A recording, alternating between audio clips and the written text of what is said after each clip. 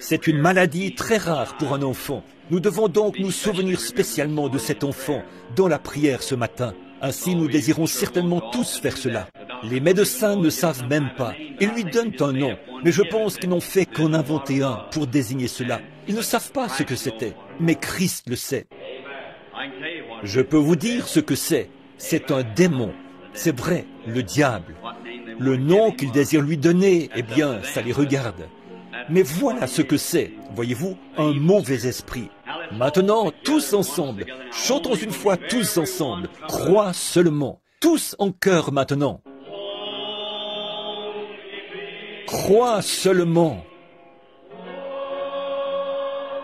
Crois seulement. Tout est possible. Crois seulement.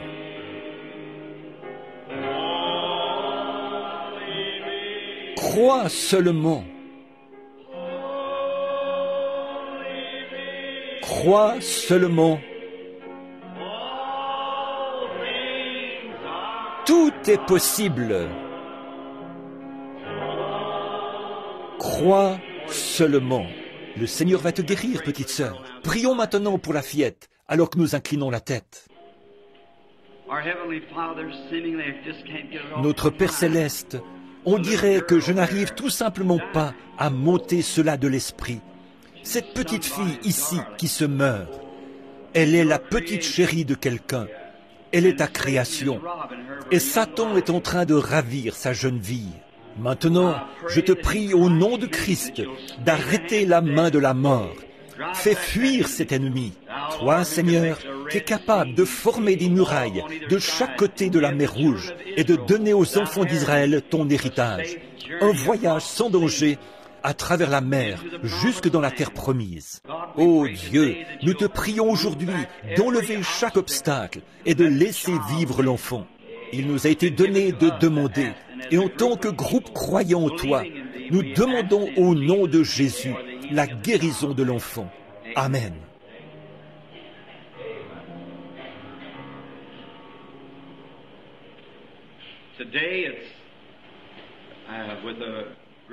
Aujourd'hui, c'est avec un cœur reconnaissant que je reviens vers vous au nom du Seigneur Jésus. Je suis rentré un peu plus tôt de Louisiane. Je pensais que si je pouvais être là avant dimanche, je pourrais avoir l'école du dimanche. Et puis, il a fait tellement chaud là-bas que le temps ce matin nous paraît doux et frais par rapport à celui de la Louisiane. Vous ne resteriez jamais dans un bâtiment comme celui-ci, en Louisiane, avec un seul ventilateur. L'air serait climatisé, sinon vous vous évanouiriez. Et ainsi, je suis venu uniquement pour avoir 1 ou 2 jours de repos avant de partir directement pour le nord de la Saskatchewan la semaine prochaine, c'est-à-dire jusqu'à Prince Albert. Les routes ne vont pas plus loin. Il n'y a plus de route pour aller plus au nord. Seuls des Indiens et des Esquimaux habitent ces régions de l'intérieur qui se trouvent plus loin que l'endroit où nous irons cette fois-ci. Ainsi, beaucoup de gens de tous les coins du Canada seront à cette réunion. Certains d'entre eux feront la traversée depuis la côte ouest, dit-on. Et je désire certainement que vous priez pour moi, mes amis, afin que Dieu vienne parmi nous et nous donne une grande et merveilleuse réunion à sa gloire. Voilà environ 4 ou 5 ans que je suis allé au Canada, et j'ai d'excellents amis là-bas, vraiment de très braves gens. Et ainsi, ils sont très fidèles pour aller à l'église. Peu importe le froid qu'il fait, ils s'envelopperont d'une couverture, et sur un traîneau tiré par un cheval, ils parcourront une 50aine de kilomètres pour se rendre à l'église. Ils traverseront à pied des amoncellements de neige et tout le reste, jeunes et vieux. Ils s'assemblent tous. Une famille va chercher l'autre et ils commencent à marcher. C'est ainsi qu'ils se mettent en route. C'est le sacrifice qu'ils font qui fait qu'ils reçoivent tant de la réunion. Quand il n'y a pas de sacrifice, on ne retire pas grand-chose de la réunion. Il faut vraiment vous y mettre et faire quelque chose qui fait très mal. Voire mettre de côté certaines choses et arrêter votre travail et faire ceci ou cela afin de pouvoir aller à l'église et montrer à Dieu que vous l'aimez. Et lorsque vous faites un sacrifice pour y aller, c'est alors que vous en retirez quelque chose. C'est comme mes enfants. Billy Paul, je pensais que je n'ai rien reçu quand j'étais enfant. Maman avait l'habitude d'acheter peut-être un cornet de bonbons et elle en distribuait 2 ou 3 à chacun. Peut-être que pour Noël, nous recevions une petite trompette en fer blanc ou un petit pistolet à capsule ou autre chose. J'ai vu d'autres enfants avec des petits traîneaux, des bicyclettes, etc., de bons vêtements et des vestes chaudes, et cela me chagrinait tellement. Je disais, si jamais j'ai des enfants, je ferai tout ce que je peux pour eux.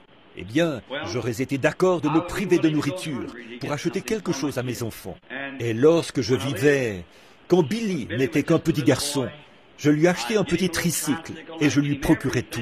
Et Meda essayait tout, jusqu'à sacrifier entre autres ses propres vêtements pour lui procurer quelque chose. Mais vous savez ce que nous avons fini par découvrir?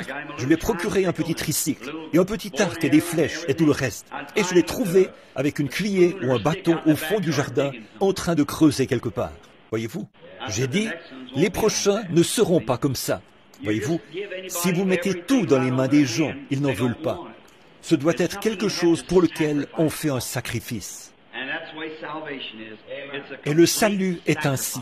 C'est un sacrifice complet. Oui, frère Roy, c'est un sacrifice que vous devez faire chaque jour. Quelque chose que vous devez faire pour vous approcher de Dieu. Je sais que c'est un sacrifice pour vous tous ce matin que d'être assis dans ce bâtiment surchauffé. Alors que nous sommes ici, songeons au plus grand sacrifice qui ait jamais été donné à l'homme de faire. Celui-là même que fit Jésus-Christ quand il fut chargé de venir sur terre pour mourir à notre place. Pas seulement ça, mais son âme descendit en enfer, et il resta 3 jours et 3 nuits. Et le 3e jour, il ressuscita et monta au ciel, s'assit à la droite de Dieu, intercédant pour nous qui confessons son sacrifice expiatoire et sa grâce qui nous ont été offerts. Eh bien, là-bas au nord, là où nous allons, il y aura beaucoup de gens très pauvres, vraiment pauvres, qui seront contraints de vendre une de leurs vaches, 2 ou 3 de leurs brebis ou quelque chose d'autre pour pouvoir venir à la réunion. Le vieil Esquimau apportera probablement certaines de ses peaux dont il avait besoin en fait pour sa famille et les vendra pour venir. Le marchand indien devra faire la même chose. Maintenant, nous pouvons au moins prier pour ces personnes, n'est-ce pas? Et nous prions que Dieu leur donne une grande chose. Maintenant, il fait chaud. Je ne veux pas vous garder longtemps. Et je veux ce matin, juste avant de prier pour les malades, que nous fixions notre attention sur l'Église et sa condition.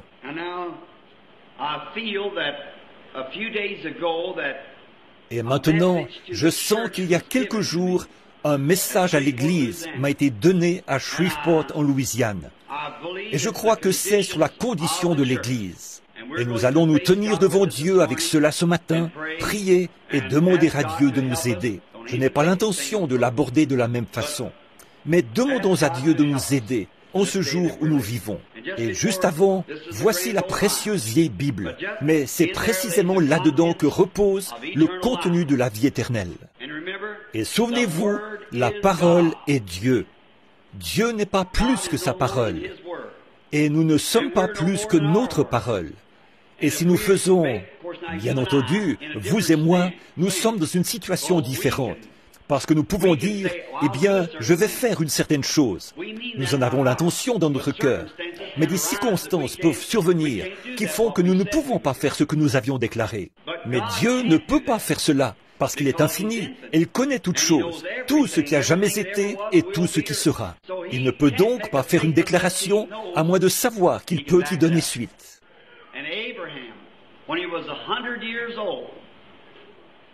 Et lorsqu'il eut 100 ans, Abraham appela les choses qui n'étaient pas comme si elles étaient.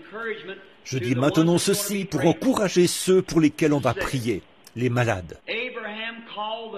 Abraham appela les choses qui n'étaient pas comme si elles étaient, considérant que celui qui avait fait la promesse était capable d'accomplir ou de garder ce qu'il avait promis. Or, lorsque Dieu dit à Abraham, alors qu'il avait 75 ans et que Sarah en avait 65, qu'ils allaient avoir un bébé, eh bien, c'était absolument impossible. Mais il crut cela, attendit le bébé, le considérant comme s'il était là, et cela pendant les 25 ans qui précédèrent sa naissance. Abraham avait 100 ans quand le bébé naquit, et Sarah en avait 90, parce qu'il le crut et appela les choses qui ne sont pas comme si elles étaient. Maintenant, cela s'adresse aux malades et aux affligés qui désirent qu'on prie pour eux. Peu importe ce que sont vos ennuis, que vous soyez, quel que soit le genre de maladie que vous ayez, et quelle qu'en soit la gravité, lorsque vous acceptez Christ, sa parole, alors vous appelez les choses qui sont comme si elles n'étaient pas, si celles-ci s'opposent à la parole de Dieu. Or, Dieu a dit, la prière de la foi sauvera le malade. Eh bien, si Dieu a dit cela, la question est réglée. Alors, pensons, espérons, agissons comme si c'était déjà accompli. C'est déjà terminé quand nous l'acceptons. Il en est de même du salut. Nous le croyons, nous l'acceptons, nous le croyons dans nos cœurs. Nous nous approchons de Dieu et acceptons Christ comme notre sauveur personnel. Nous l'acceptons. Si vous êtes ici ce matin et que vous êtes un pécheur, que vous n'êtes pas sauvé et que vous désirez être guéri, que vous êtes malade, cherchez premièrement le Seigneur. Acceptez-le comme votre sauveur. Alors cette maladie s'en ira. Quoi qu'il en soit, concentrez simplement toute votre pensée pour tout ce que vous avez sur l'homme complet, Jésus-Christ. Tout le reste ira bien.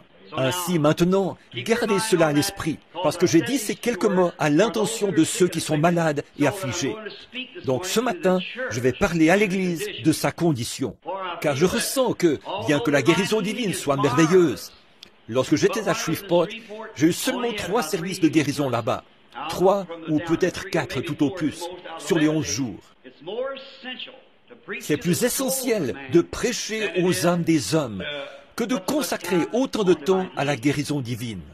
Bien que les gens qui sont malades et nécessiteux, Dieu peut les guérir, et il a déjà été prouvé dans le monde entier qu'il le fait. Mais l'essentiel maintenant est pour l'âme, qui, elle, ne mourra jamais. Le corps mourra, mais l'âme ne mourra jamais. Et nous devons garder cela de niveau et d'aplomb avec Dieu. J'ai souvent dit ceci, je désire que tout soit fait. Parce que lorsque je descendrai à la rivière ce matin-là, je ne désire pas avoir d'ennui là-bas. Je désire avoir mon billet à la main, en attendant qu'on appelle mon nom. Et je désire pouvoir dire, comme Paul autrefois, frère Creech, que je le connais de la puissance de sa résurrection. Et que, lorsqu'il m'appellera d'entre les morts, je sortirai. Je désire le connaître dans la puissance de sa résurrection. Donc maintenant, lui qui est l'auteur du livre, inclinons nos têtes et nos cœurs devant lui, juste un instant. Ô Dieu, notre Père, nous venons maintenant à toi pour te demander d'ouvrir ta parole pour nous. Nous pourrions en tourner les pages, mais seul le Saint-Esprit peut ouvrir la parole. Ainsi, ouvre-la pour nous ce matin, Père, et donne-nous la richesse abondante de ta grâce. Nous nous attendons à toi, et puisse le Saint-Esprit entrer dans la parole, et à travers des lèvres humaines, la donner aux cœurs humains. Et puisse-t-il la prendre et la placer dans chaque cœur exactement selon nos besoins. Et quand les services seront terminés, et que nous nous apprêterons à rentrer chez nous, nous inclinerons humblement nos têtes, te rendrons grâce et te louerons pour tout ce que nous aurons appris de toi et pour ce que tu auras fait pour nous. Nous le demandons au nom de Christ. Amen.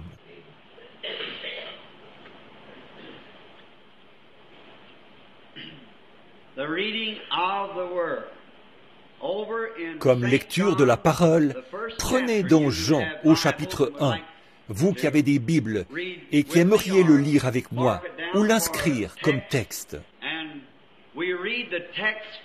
Et nous allons lire le texte de la parole et ensuite nous prierons afin que le Saint-Esprit nous donne le contexte de la parole. Nous pouvons la lire. Nous qui sommes capables de lire, nous pouvons la lire. Mais Dieu seul peut nous apporter le contexte. Le texte peut être lu parce que c'est sa parole, mais le contexte doit être donné par Dieu. Donc, dans Jean au chapitre 1, commençons au 28e verset et lisons jusqu'au 32e compris. Ces choses arrivèrent au-delà du Jourdain où Jean baptisait.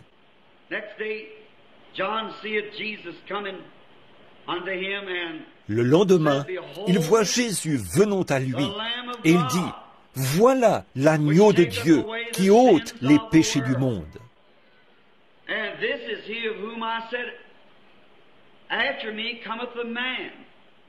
C'est de celui-ci que moi, je disais, après moi vient un homme qui prend place avant moi, car il était avant moi. Et pour moi, je ne le connaissais pas, mais afin qu'il fût manifesté à Israël, à cause de cela, je suis venu baptiser d'eau. Et Jean rendit témoignage disant, « J'ai vu l'Esprit descendant du ciel comme une colombe, et il demeura sur lui. » Je désire relire ceci, ce dernier verset, verset 32.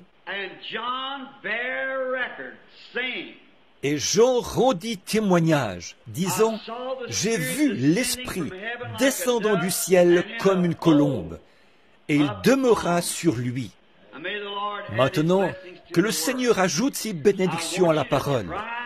Je désire que vous essayiez de saisir chaque mot si vous le pouvez. Pouvez-vous m'entendre très bien tout au fond? Très bien. Pouvez-vous m'entendre là-bas derrière? Si vous le pouvez, levez la main. C'est bien.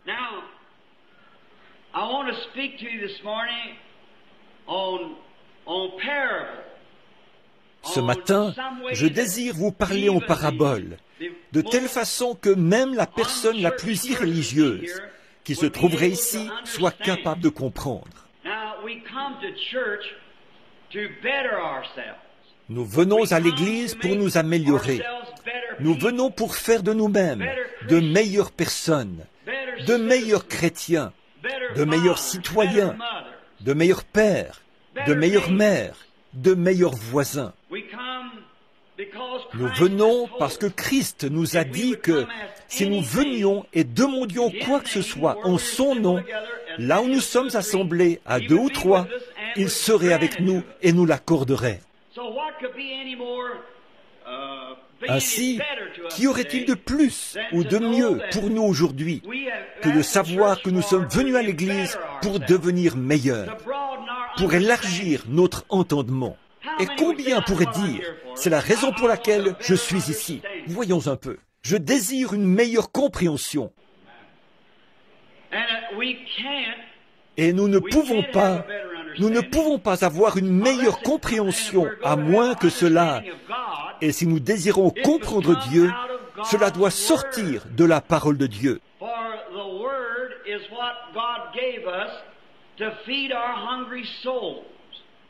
Parce que la parole est ce que Dieu nous a donné pour nourrir nos âmes affamées.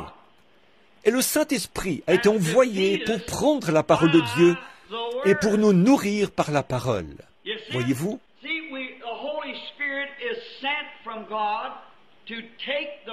Le Saint-Esprit est envoyé de Dieu pour prendre la parole de Dieu et nous la donner selon notre besoin. Eh bien, je suis si heureux que Dieu ait pourvu de cette façon, pas vous, qu'il nous nourrirait. Nous sommes les brebis de son pâturage. Nous allons parler de cela dans quelques instants. Les brebis. Et nous sommes l'être train de Dieu. Et lorsqu'il peut avoir le contrôle total de nous, il peut nous conduire et nous guider.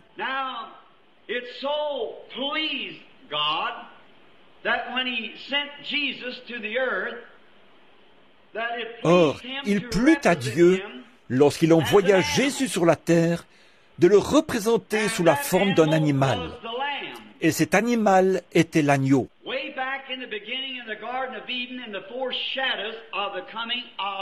Et tout au commencement, dans le jardin d'Éden, comme préfiguration de la venue de Jésus, Dieu sacrifia un agneau comme offrande de remplacement.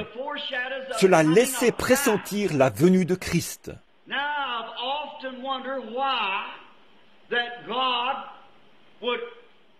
Je me suis souvent demandé pourquoi Dieu typifia Christ par un animal, par une bête.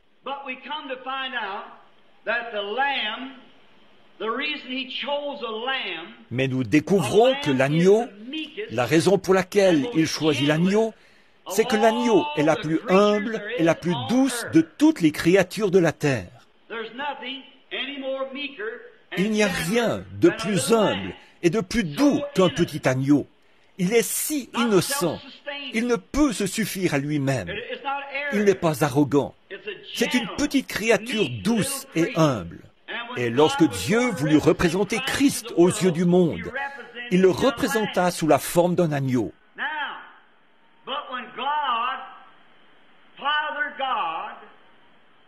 Mais lorsque Dieu le Père, Jéhovah, voulut se représenter lui-même depuis les cieux, il fut représenté sous la forme du plus doux et du plus humble de tous les oiseaux du ciel, la colombe. Il n'y a pas d'oiseau plus doux que la colombe. J'ai fait toute une étude sur la vie des oiseaux et sur la faune sauvage. Et parmi tous les oiseaux qui peuvent voler dans le ciel, la colombe est un oiseau très singulier. La colombe est une amoureuse. Une colombe est douce. Et une colombe n'a pas de bile. C'est le seul oiseau de toute l'espèce volatile qui n'ait pas de bile. C'est pourquoi vous ne voyez jamais une colombe ailleurs que là où se trouve du grain et de la semence. Or, dans l'arche, il y avait une colombe. Et la colombe est représentée dans bien des endroits de la Bible comme étant le symbole du Saint-Esprit.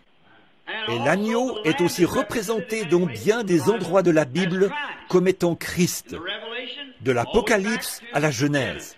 Et c'est pareil pour la colombe. Dans le livre de la Genèse, la colombe était dans l'arche, juchée sur le perchoir avec tout le reste des oiseaux. Et l'un d'entre eux était une corneille, un corbeau. Et le corbeau est l'un des plus vilains oiseaux qui existent. Le corbeau et le geai, je pense, sont à peu près les plus vilains oiseaux que nous puissions trouver. Le corbeau est un oiseau qui vit très longtemps. On prétend qu'il vit parfois jusqu'à 200 ou 300 ans, tandis que le perroquet vit encore plus longtemps. Mais la colombe est un animal, ou plutôt un oiseau, qui n'a pas de bile. Or, le corbeau pourrait se tenir ici et manger de la charogne. Vous ne verrez jamais la colombe autour de cette charogne. Elle ne peut pas le supporter. Cette puanteur dans ses narines, elle ne pourrait pas la supporter. Cela la rendrait malade. Elles ne peuvent tout simplement pas supporter quelque chose d'avarié ou en décomposition. Elles ne peuvent pas supporter cela. Elles ne pourraient donc pas le manger.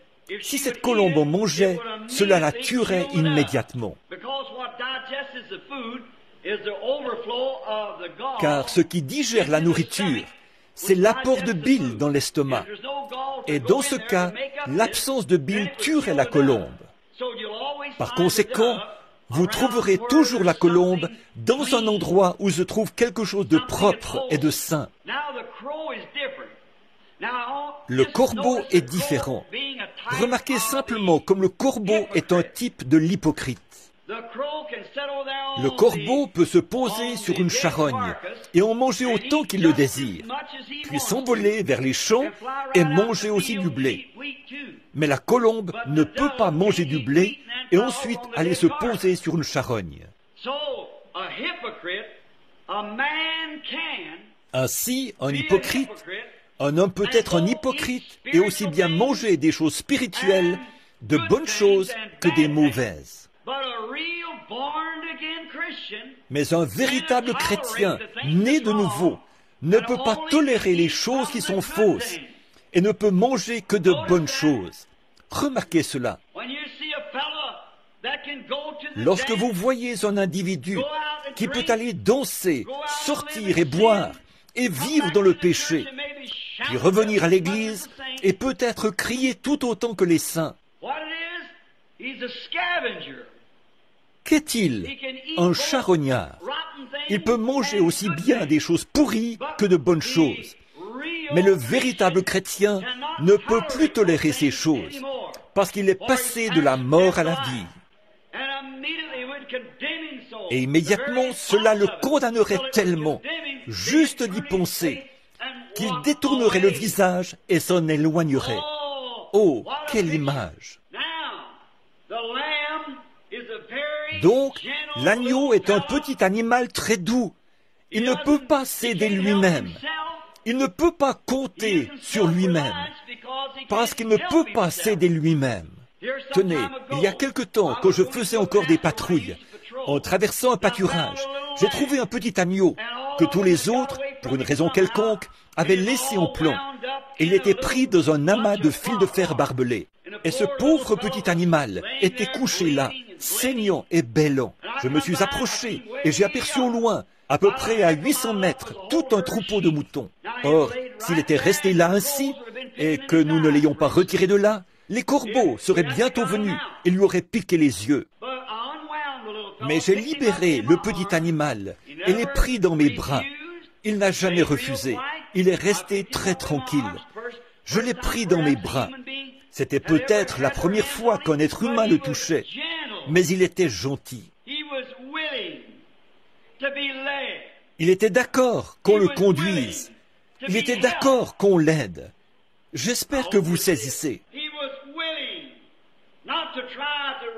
Il était d'accord de ne pas essayer de résister, de ruer ou de mordre. Les agneaux ne ruent pas. Ils ne mordent pas. Ils s'humilient simplement. Et ce petit animal, je l'ai pris, puis l'ai remis avec le reste des brebis. Et quelques minutes plus tard, sa maman le retrouvait. Comme il était heureux. Oh, combien cela typifie l'agneau de Dieu. Vous connaissez l'endroit où l'on tue les moutons? Vous savez qui les mène jusqu'au billon? C'est le bouc. Le bouc conduira les moutons jusqu'au bout du couloir, à l'abattoir. Et juste comme ils arrivent là, alors il sautera de côté. Mais oh, on dit que lorsqu'on veut tuer le bouc, celui-ci se débat violemment. Voyez-vous? Et c'est ainsi que le diable agit. Il essaie de conduire les enfants de Dieu dans le plus vil, mais quand vient pour lui le temps de mourir, il se débat alors violemment. C'est ainsi que fait le diable. Et c'est ainsi parfois qu'une fille chic ou qu'un jeune galopin avec un paquet de cigarettes ou une bouteille de whisky détournera une jeune fille qui est un agneau, la petite pouliche de quelqu'un, et l'amènera dans le mal. Oh, ça va, il n'y a rien dans toutes ces histoires de sainte Nitouche concernant l'Église. Mais laissez une fois la mort frapper ce garçon-là. Vous l'entendrez crier et vociférer dans toute la région. Et c'est ainsi qu'agit le diable. Mais un agneau est si doux qu'il peut être conduit. Et c'est la raison pour laquelle Dieu a représenté Christ comme l'agneau et qu'il s'est représenté lui-même comme la colombe.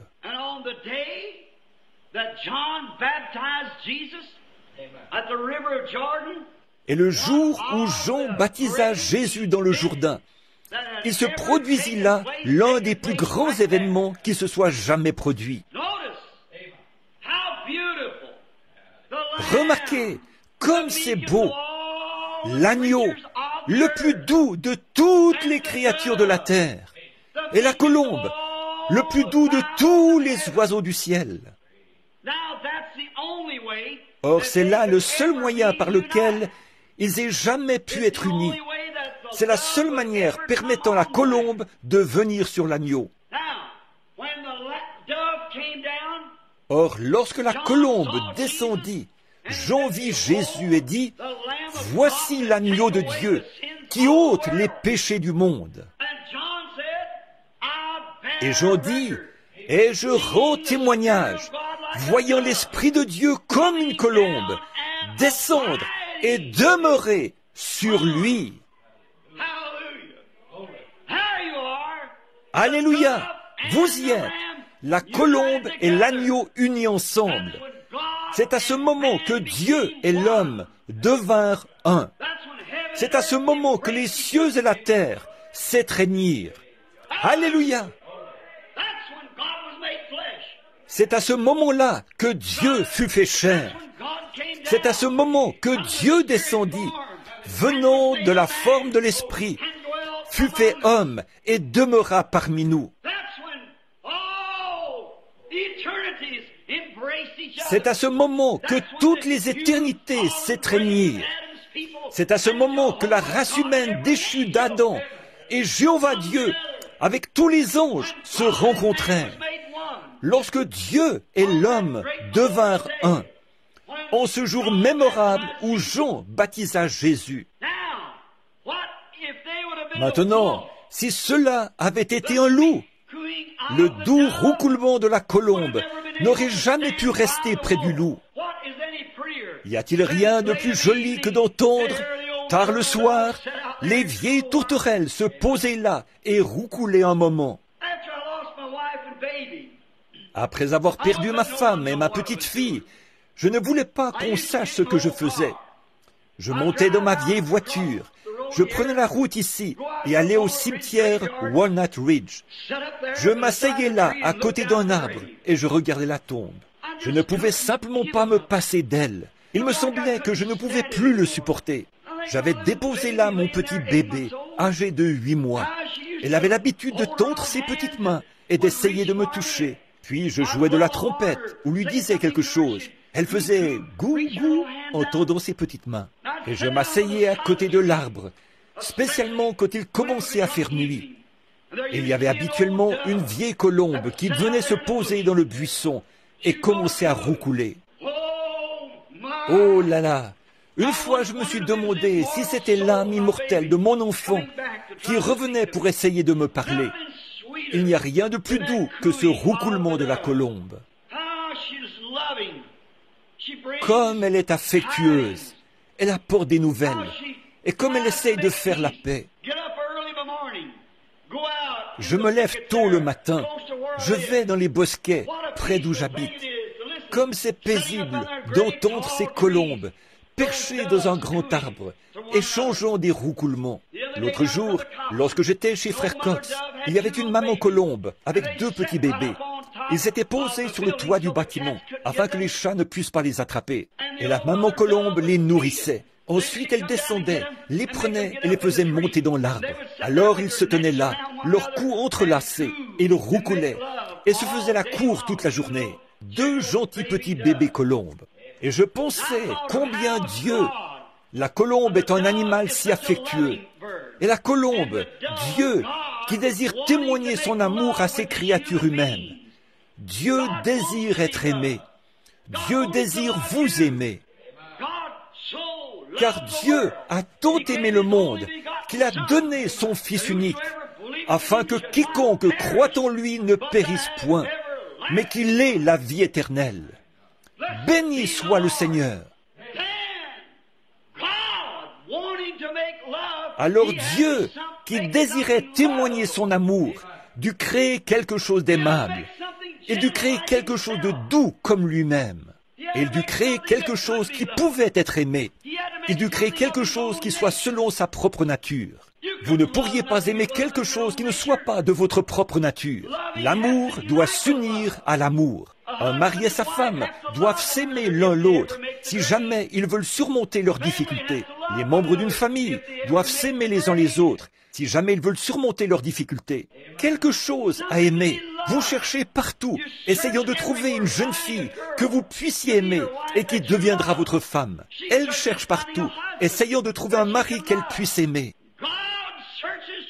Dieu cherche, essayant de trouver une âme qu'il puisse aimer.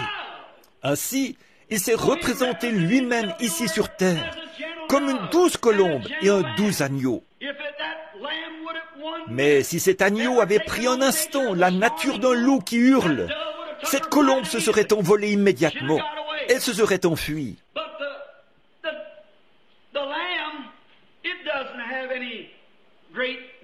Mais l'agneau ne possède pas une grande intelligence. L'agneau est un animal qui, une fois égaré, est désespérément égaré. Une brebis ne peut pas retrouver son chemin. C'est la raison pour laquelle le bouc l'a conduit à sa mort. Ainsi, une brebis égarée ne peut pas retrouver son chemin. C'est la raison pour laquelle Dieu nous compare à des brebis. Lorsque nous sommes perdus, nous sommes perdus. Il n'y a pas moyen pour nous de nous retrouver. Le seul moyen qu'il y a, c'est de nous soumettre au berger du troupeau et le laisser nous conduire. Maintenant, je remarque cet agneau et cette brebis ensemble, que l'agneau et la colombe ensemble plutôt. Ils faisaient un.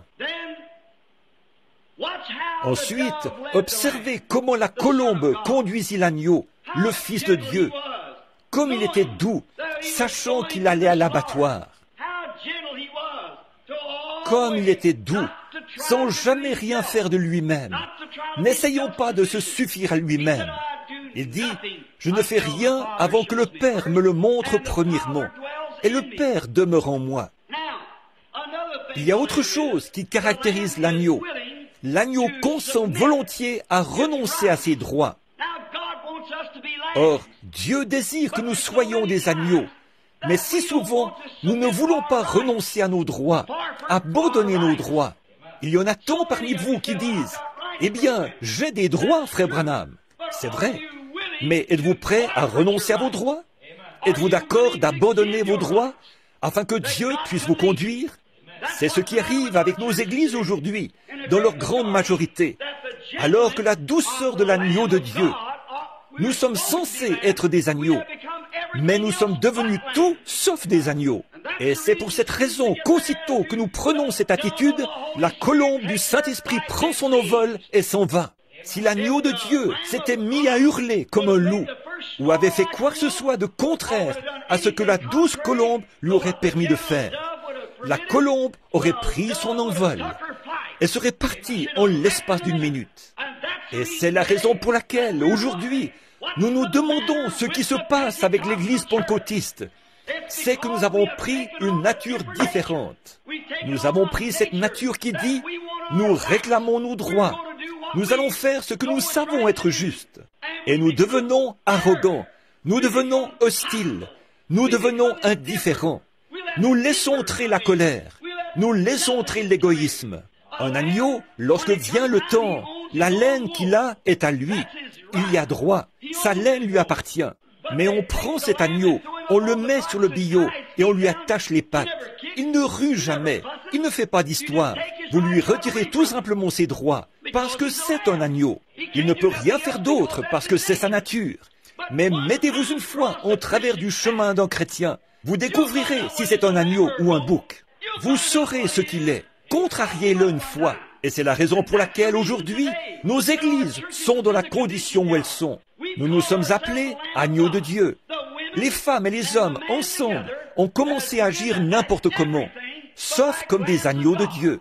Regardez-les dans la rue, avec leurs cheveux coupés courts, remplis de frisettes.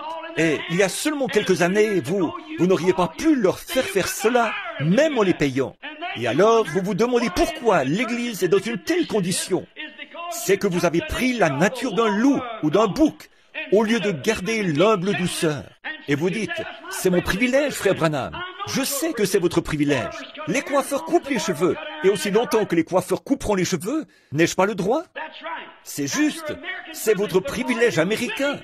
Mais êtes-vous prête à l'abandonner pour être un agneau? Êtes-vous prête à vous soumettre? Et vous, les femmes, il n'y a pas longtemps, vous descendiez la rue. C'est ridicule de voir la façon dont les femmes s'habillent aujourd'hui. Et je ne parle pas des presbytériennes et des méthodistes. Je parle de vous, femmes de la sainteté. Vous descendez la rue et c'est... J'ai une petite croix suspendue à l'avant de ma voiture. Et quelqu'un m'a dit, « Billy, tu sais que c'est un emblème catholique ?» J'ai dit, « Quand les catholiques ont-ils pris une option sur la croix? Jamais.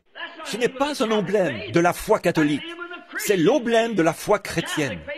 La foi catholique est un petit saint mort, une Marie ou un certain mort qu'ils adorent. Nous n'adorons pas les morts. Nous n'adorons pas Sainte Cécile et tous ces différents saints. C'est du catholicisme, lequel est une forme élevée de spiritisme. Mais la croix représente celui qui mourut et ressuscita. Et j'ai dit, je la garde là, devant moi. Quand je regarde dans la rue, il y a 25 ou 30 ans, lorsque j'étais presque aveugle, j'ai promis à Dieu que, s'il guérissait mes yeux, je regarderais ce qui est correct. Et j'ai dit, partout où vous regardez, il y a tant d'impiété. Des femmes à moitié vêtues et des femmes nues, étendues sur leur pelouse. Alors, je regarde la croix au lieu de regarder cela. Et je me souviens de ce que Christ a fait pour moi. Et je détourne la tête des choses qui sont du diable. Alléluia! Et ne dites pas que ces gens sont des presbytériens ou des catholiques. Ce sont des pentecôtistes. Amen. Vous dites, j'en ai le droit, frère Branham. C'est juste. Mais si vous étiez un agneau, vous abandonneriez vos droits. Et lorsque vous agissez ainsi, le Saint-Esprit, ces 12 colombes, s'envolent aussitôt. Elle ne se couvrira pas de honte avec vous. Non, non. Ne pensez jamais que vous allez pouvoir agir ainsi et garder le Saint-Esprit. Vous ne le pouvez pas. C'est ce que dit la Bible. Vous devez abandonner vos... Eh bien, dites-vous, le reste des femmes le fait bien. Et vous les hommes, vous pauvres mollusques, vous espèces de poules mouillées, qui laissez vos femmes faire une chose pareille. Cela montre de quoi vous êtes fait. C'est la raison pour laquelle vous n'avez pas le Saint-Esprit comme vous affirmez l'avoir.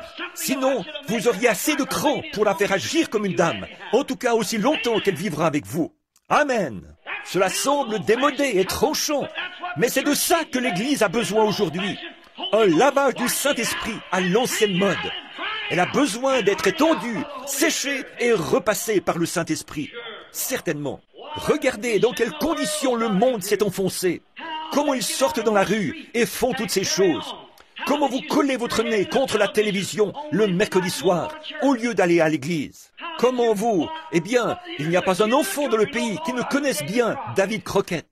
Et ce vilain mensonge qui dit qu'à l'âge de 3 ans, il tua un ours. Vous savez que c'est un mensonge, mais vous laissez vos enfants se remplir la tête de toutes ces choses. Alors qu'il n'y en a pas 1% qui connaissent quelque chose à propos de Jésus-Christ. C'est parce que ce monde est devenu si pollué, cette nation est si ridicule et si éloignée de Dieu. Elle a rejeté le Saint-Esprit. Oh, dites-vous, je vais à l'église et je crie. Il se peut que vous le fassiez, mais tant que ce doux agneau de Dieu ne sera pas installé dans votre cœur et ne vous aura pas fait mettre votre vie en ordre et agir comme une personne différente, cela ne vous servira à rien d'imiter le christianisme. Vous devez le posséder. Amen. Il n'y a pas longtemps, je suis entré dans une maison ici pour rendre visite à un malade. Et une dame était assise là, et une espèce de petit Oswald entra, le chapeau de travers sur la tête, et s'écria « Maman, le dîner est-il prêt ?»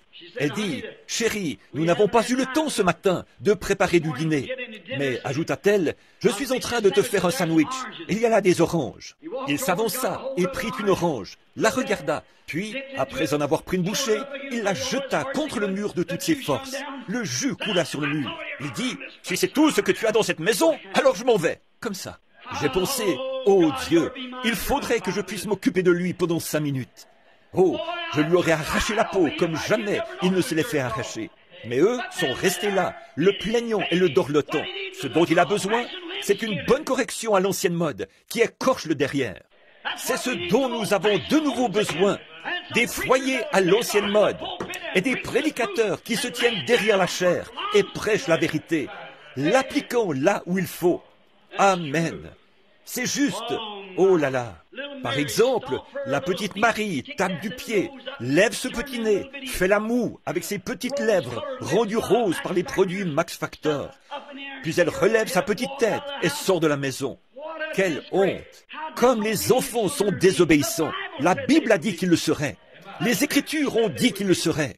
Et comment ils se comporteraient, ce qu'ils feraient. Et les choses qui se passent aujourd'hui dans le monde résultent du fait qu'ils ont attristé le Saint-Esprit et qu'il s'en est allé. Il y a quelques années, je vais célébrer dans quelques jours la première effusion du Saint-Esprit en Amérique.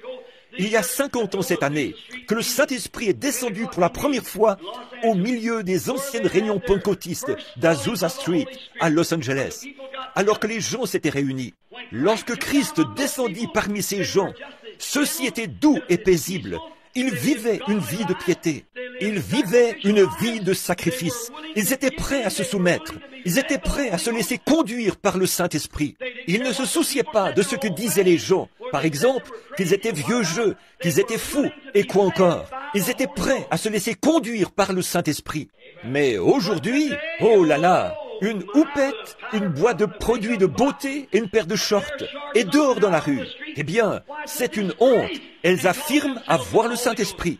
Oh, vous dites, mais j'ai parlé en langue. Oui, et le diable aussi. Oh, j'ai crié, et le diable aussi. Le diable peut imiter tout ce que Dieu possède, sauf l'amour. Il ne peut pas imiter l'amour. Oui. Bientôt, vous réalisez que lorsque vous commencez à faire ces choses, vous enlevez les barrières. Vous commencez à faire des compromis. Et alors, il commence à y avoir de petits clans dans l'église parmi les gens. Et quelqu'un dira, tu sais, le pasteur est comme ceci et comme cela. Ou encore, le diacre est comme ceci et comme cela. Et vous vous êtes mis à écouter ces choses. Et c'est la raison pour laquelle vous avez tant d'ennuis. Vous avez commencé à écouter le diable et à entendre un grognement au lieu d'écouter la douce colombe, le Saint-Esprit. La colombe de Dieu qui voulait vous conduire, vous guider, vous aimer et vous bénir. Dès que vous manifestez l'un de ces petits accès de colère, la colombe s'envole immédiatement. C'est juste, elle ne peut pas le supporter. Sa nature est différente. Oh, elle ne peut absolument pas le supporter.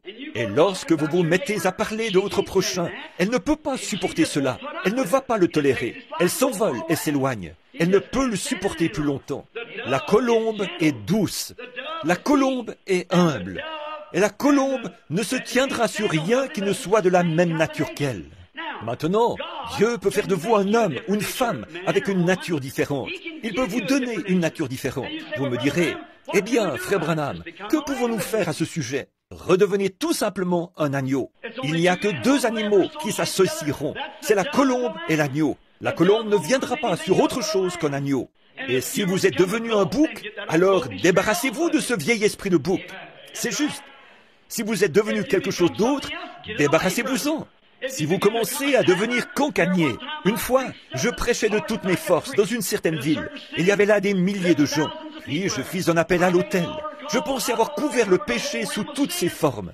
J'avais mentionné tout ce qui me venait à l'esprit. Ce soir-là, une fois le service terminé, une femme, l'air bien prude, passa près de moi et me dit, « Eh bien, frère Branham, je suis vraiment contente que vous ne m'ayez pas touché ce soir. » Je pensais, eh bien, ce doit être une vraie chrétienne. Elle me dit, vous ne m'avez pas touché ce soir. Je dis, eh bien, cela me fait plaisir d'entendre cela, madame. Vous devez être proche du royaume de Dieu. Puis elle s'éloigna sur la pointe des pieds. Une autre petite dame se tenait là, et je lui demandais, dites, connaissez-vous cette femme? Oui. Je dis, ce doit être une vraie chrétienne. Elle dit, il y a un point que vous avez omis de toucher ce soir, frère Branham. C'était celui du commérage. C'est la plus grande commère du pays. Vous y êtes, c'est cela. Voyez-vous? Mais lorsque vous en venez à l'une de ces choses, peu importe que le prédicateur tape là-dessus ou non, depuis la chair, lorsque vous voyez ces choses charnelles, ces choses du monde, aussi longtemps que vous les tolérez, vous êtes loin de Dieu et le Saint-Esprit restera éloigné. C'est la raison pour laquelle les réunions ne sont plus comme elles étaient. C'est la raison pour laquelle l'allée recouverte de sciure n'est pas utilisée ce matin dans le tabernacle. C'est la raison pour laquelle il n'y a pas de grandes réunions sous tente dans le pays. C'est que nous avons attristé et éloigné la douce colombe de Dieu. C'est juste. Aussi longtemps que nous serons si indifférents, il ne restera pas avec nous. Aussi longtemps que nous serons médisants, nous voulons en faire à notre tête. Maintenant, je désire que vous remarquiez, l'agneau était un agneau silencieux. La Bible dit, il n'ouvrit point la bouche. Comme la brebis devant ceux qui l'attendent, il fut muet. Il n'a pas ouvert la bouche. Il n'était pas quelqu'un qui réclame ses droits. Non, monsieur, il était prêt à perdre ses droits. C'était un agneau silencieux. Mais aujourd'hui, oh là là, comme nous tenons à nos opinions, oh là là, c'est moi qui te le dis. Si quelqu'un vient me dire quelque chose, je vais te l'arranger. Je vais le mettre en pièces. Je le dirai à cette vieille hypocrite quand je la verrai. Attends juste que je la voie. Dieu soit béni. Alléluia. Hein? La colombe s'envole, tout simplement, et va plus loin. Certainement. Le Saint-Esprit n'est plus avec vous aussi longtemps que vous avez ce sentiment-là. Écrivez cela dans votre livre. Il ne le voudra jamais. Le Saint-Esprit ne se tiendra pas là où il y a cette sorte d'esprit. Il faut que ce soit un esprit d'agneau, un esprit doux. Sinon, il ne restera pas, tout simplement. Si ce n'est pas doux et humble, conduit par le Saint-Esprit, et si quelque chose survient, il ne le remarque même pas. Il continue simplement son chemin. Voyez-vous, et à l'instant même où l'on se détourne, vous savez, c'est l'heure. Lorsque vous vous êtes détourné, savez-vous que le premier péché commença lorsque quelqu'un se détourna juste un instant? Saviez-vous cela? La Bible dit, Ève se détourna juste un moment pour entendre ce que Satan avait à lui dire. Et il lui dépeignit un si joli tableau qu'elle pensa réellement que c'était la vérité. Elle l'écouta. Et la seule chose que le diable veut que vous fassiez, c'est simplement que vous vous détourniez quelques instants. Il peut vous peindre un tableau et vous dire alors, regarde un peu ici, tu sais, frère, tu sais, sœur, s'ils étaient des gens corrects, ils ne feraient pas ceci. S'ils faisaient simplement ceci, tu sais, il peut vous le présenter avec un tel réalisme que cela devient une réelle vérité. Certainement. Mais souvenez-vous, c'est le diable. peu m'importe le niveau de leur bassesse, jusqu'où ils se sont enfoncés dans le péché. C'est votre devoir de les entourer de vos bras et de les relever par l'amour de Dieu. Où étiez-vous lorsque la colombe de Dieu vous a retiré du bourbier? C'est votre devoir, mes amis. Ce monde se meurt par manque d'un petit peu d'amour. Je désire que vous observiez cet animal aussi, ce petit animal. C'était un agneau silencieux, parce qu'il n'a pas, lorsqu'il fut injurié, il ne rendit pas les injures. Il n'a pas invectivé et fait toutes sortes de désordres. Il ne s'est pas mis dans tous ces états. Il ne l'a pas fait. Quand quelqu'un, lorsqu'il fut injurié, il ne rendit pas les injures. Il n'ouvrit point la bouche. Mais que quelqu'un vous fasse quelque chose à vous, ou à moi, oh là là, nous éclatons comme un crapaud qui mange de la chevrotine. Nous nous gonflons comme une vieille oie. Eh bien, je te dis tout de suite, s'il me marche encore comme ça sur les pieds, je ne retourne plus jamais dans cette vieille église. Non, monsieur, Dieu soit béni. Alléluia. Les Nazaréens me recevront. Les pèlerins de la sainteté m'accepteront. Alléluia. Je n'ai plus à le faire. Eh bien, la colombe s'envole. Tu sais quoi? Si ce vieil hypocrite fréquente cette église-là, eh bien, je n'y retournerai plus jamais. Dieu soit béni, je n'irai plus. Et lorsque cette chose vous frappe, ce vieux loup qui gronde, la colombe s'envole. C'est vrai. Alors le Saint-Esprit n'est plus là. Ensuite, vous vous demandez ce qui se passe avec vous. Vous vous demandez ce qui se passe avec l'Église. Vous vous demandez ce qui se passe avec vous. Pourquoi n'avez-vous plus la victoire que vous aviez? Vous avez changé de nature. Vous êtes devenu un bouc au lieu d'un agneau. Vous êtes devenu autre chose qu'un agneau. Vous devez recevoir ce véritable esprit de douceur. Que le Saint-Esprit me conduise n'importe où. Ô Dieu, j'aime chaque pécheur, où qu'il soit. Si de tels sentiments s'installent dans votre cœur, alors vous verrez quelque chose se produire. Votre âme, vous me direz, eh bien, frère Branham, y a-t-il une solution à cela? Oui, devenez simplement un agneau, c'est tout. Eh bien, frère Branham, j'ai rencontré une jeune dame l'autre soir, à Shreveport. Billy et moi sommes allés quelque part manger un sandwich après le service. Une belle jeune femme entra là, probablement une jeune fille de 20 ans ou à peu près. Elle était bien habillée. Elle s'est assise et j'ai remarqué qu'elle regardait continuellement dans notre direction. J'ai simplement continué à manger. Quelques instants plus tard, une dame est entrée. Elle a dit « Bonsoir » en s'adressant à elle. Et je sais que cette dame était sœur Davis, de là-bas. Elle, ainsi qu'une autre dame du Life Tabernacle. Je les connais bien. Elle est venue vers moi, m'a parlé un peu et a continué son chemin. Alors, la jeune dame qui était assise en face de nous a dit « Frère Branham, c'était un beau message ce soir. » J'ai dit « Bonsoir, sœur. Merci beaucoup. » J'ai ajouté « Êtes-vous membre du Life Tabernacle ?» Elle a répondu « Oui. » Vous savez, frère Branham, dit-elle, j'aurais pu chanter dans la chorale, mais ils ont une certaine restriction là-bas. Elle a ajouté « Oh, j'ai fait tant d'années de chant et tout. J'ai chanté des solos et certaines choses. Mais je n'ai pas pu chanter parce qu'ils ne permettent pas qu'une femme maquillée chante dans la chorale. » J'ai dit « Eh bien, gloire à Dieu pour le Life Tabernacle. » Elle a dit « Mais je vous assure, frère Branham, je suis une chrétienne. » J'ai dit « Alors, sœur, rentrez chez vous et lavez-vous le visage. » J'ai ajouté « Voulez-vous me dire par là que vous laisseriez une chose insignifiante comme porter un peu de cette affaire sur votre visage? Maintenant, je peux vous prouver que cela vient du diable. Je peux vous prouver qu'il n'y a rien dans... À l'origine, c'était païen. Et tant que vous en portez, c'est une marque de paganisme. Je viens de rentrer d'Afrique. Je suis allé dans la jungle des Hottentots et j'ai découvert exactement d'où proviennent les boucles d'oreilles et toutes ces choses. Cette quantité de bijoux que vous vous mettez autour du cou et à vos oreilles, etc. J'ai découvert d'où cela provient. Cela vient des païens. Et la Bible ne veut pas qu'un chrétien soit un païen. Et vous ne voulez pas. Je ne dis pas que vous êtes païen parce que vous le faites, mais vous en donnez l'apparence. C'est parce que votre pasteur ne vous a pas dit la vérité. La Bible le dit. Et maintenant, vous dites, frère Branham, je trouve que si je porte les cheveux courts, cela me donne de la fraîcheur. C'est vrai. Mais si vous portiez les cheveux longs, cela vous donnerait encore davantage de fraîcheur. Vous pourriez les enrouler et ainsi dégager complètement votre nuque. Et cela serait correct. Eh bien, vous savez ce que la Bible dit? Qu'un homme a le droit de répudier sa femme et de divorcer d'elle si elle se coupe les cheveux. Si elle se coupe les cheveux, cela montre qu'elle lui est infidèle. La Bible dit, 1 Corinthiens 12, voyez si cela n'est pas juste.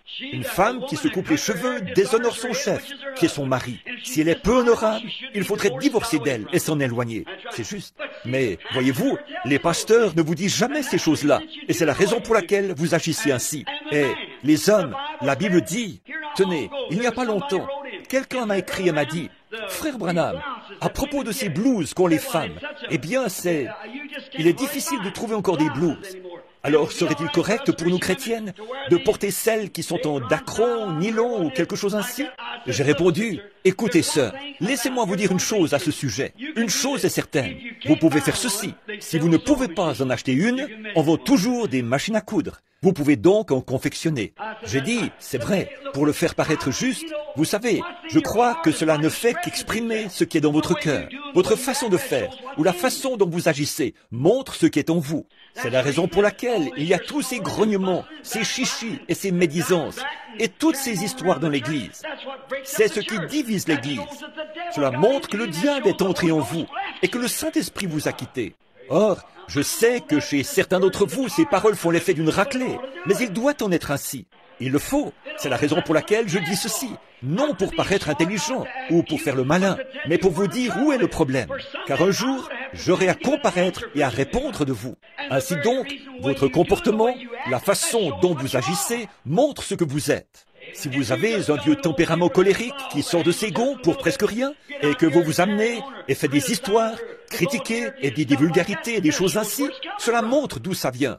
Alors, il n'y a qu'une chose à faire, retirez cette chose de là, et la colombe reviendra dans votre cœur. Lorsque la colombe sortit de l'arche, on l'a mis dehors, mais elle revint et frappa à la porte de l'arche, jusqu'à ce que Noé la laisse entrer.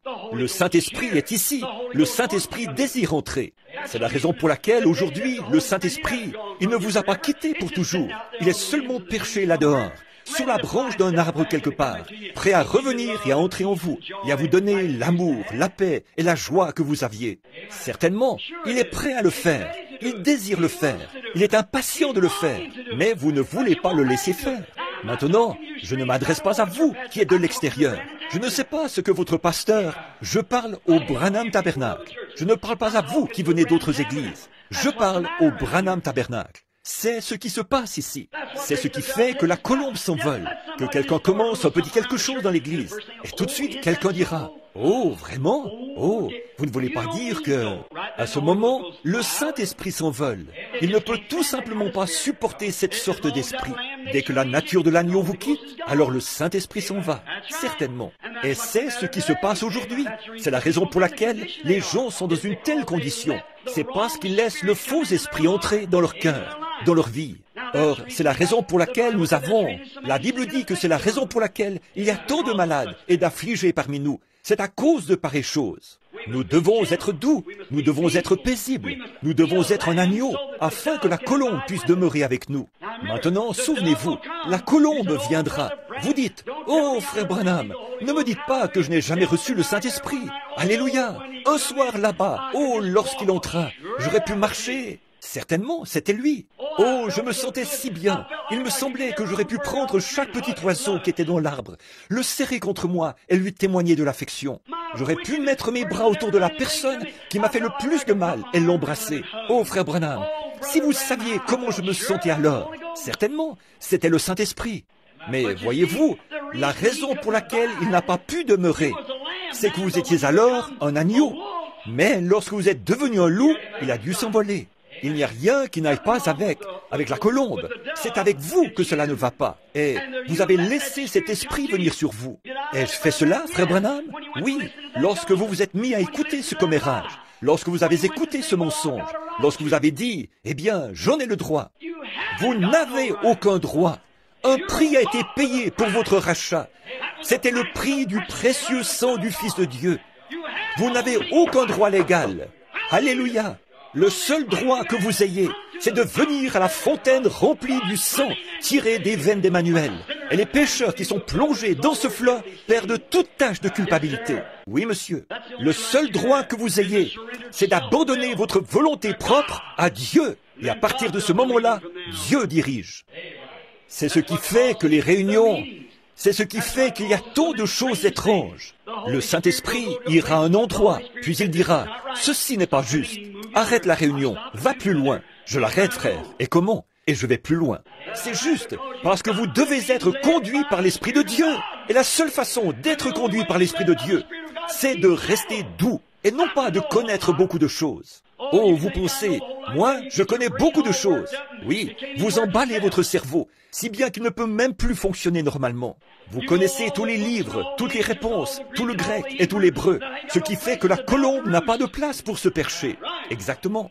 Vous connaissez tout, ce qui fait que la colombe ne peut pas diriger, parce que vous en savez trop. L'agneau n'a pas la prétention de connaître quoi que ce soit. Il doit avoir quelqu'un d'autre pour le diriger. Gloire, c'est ça, il ne sait rien, amen.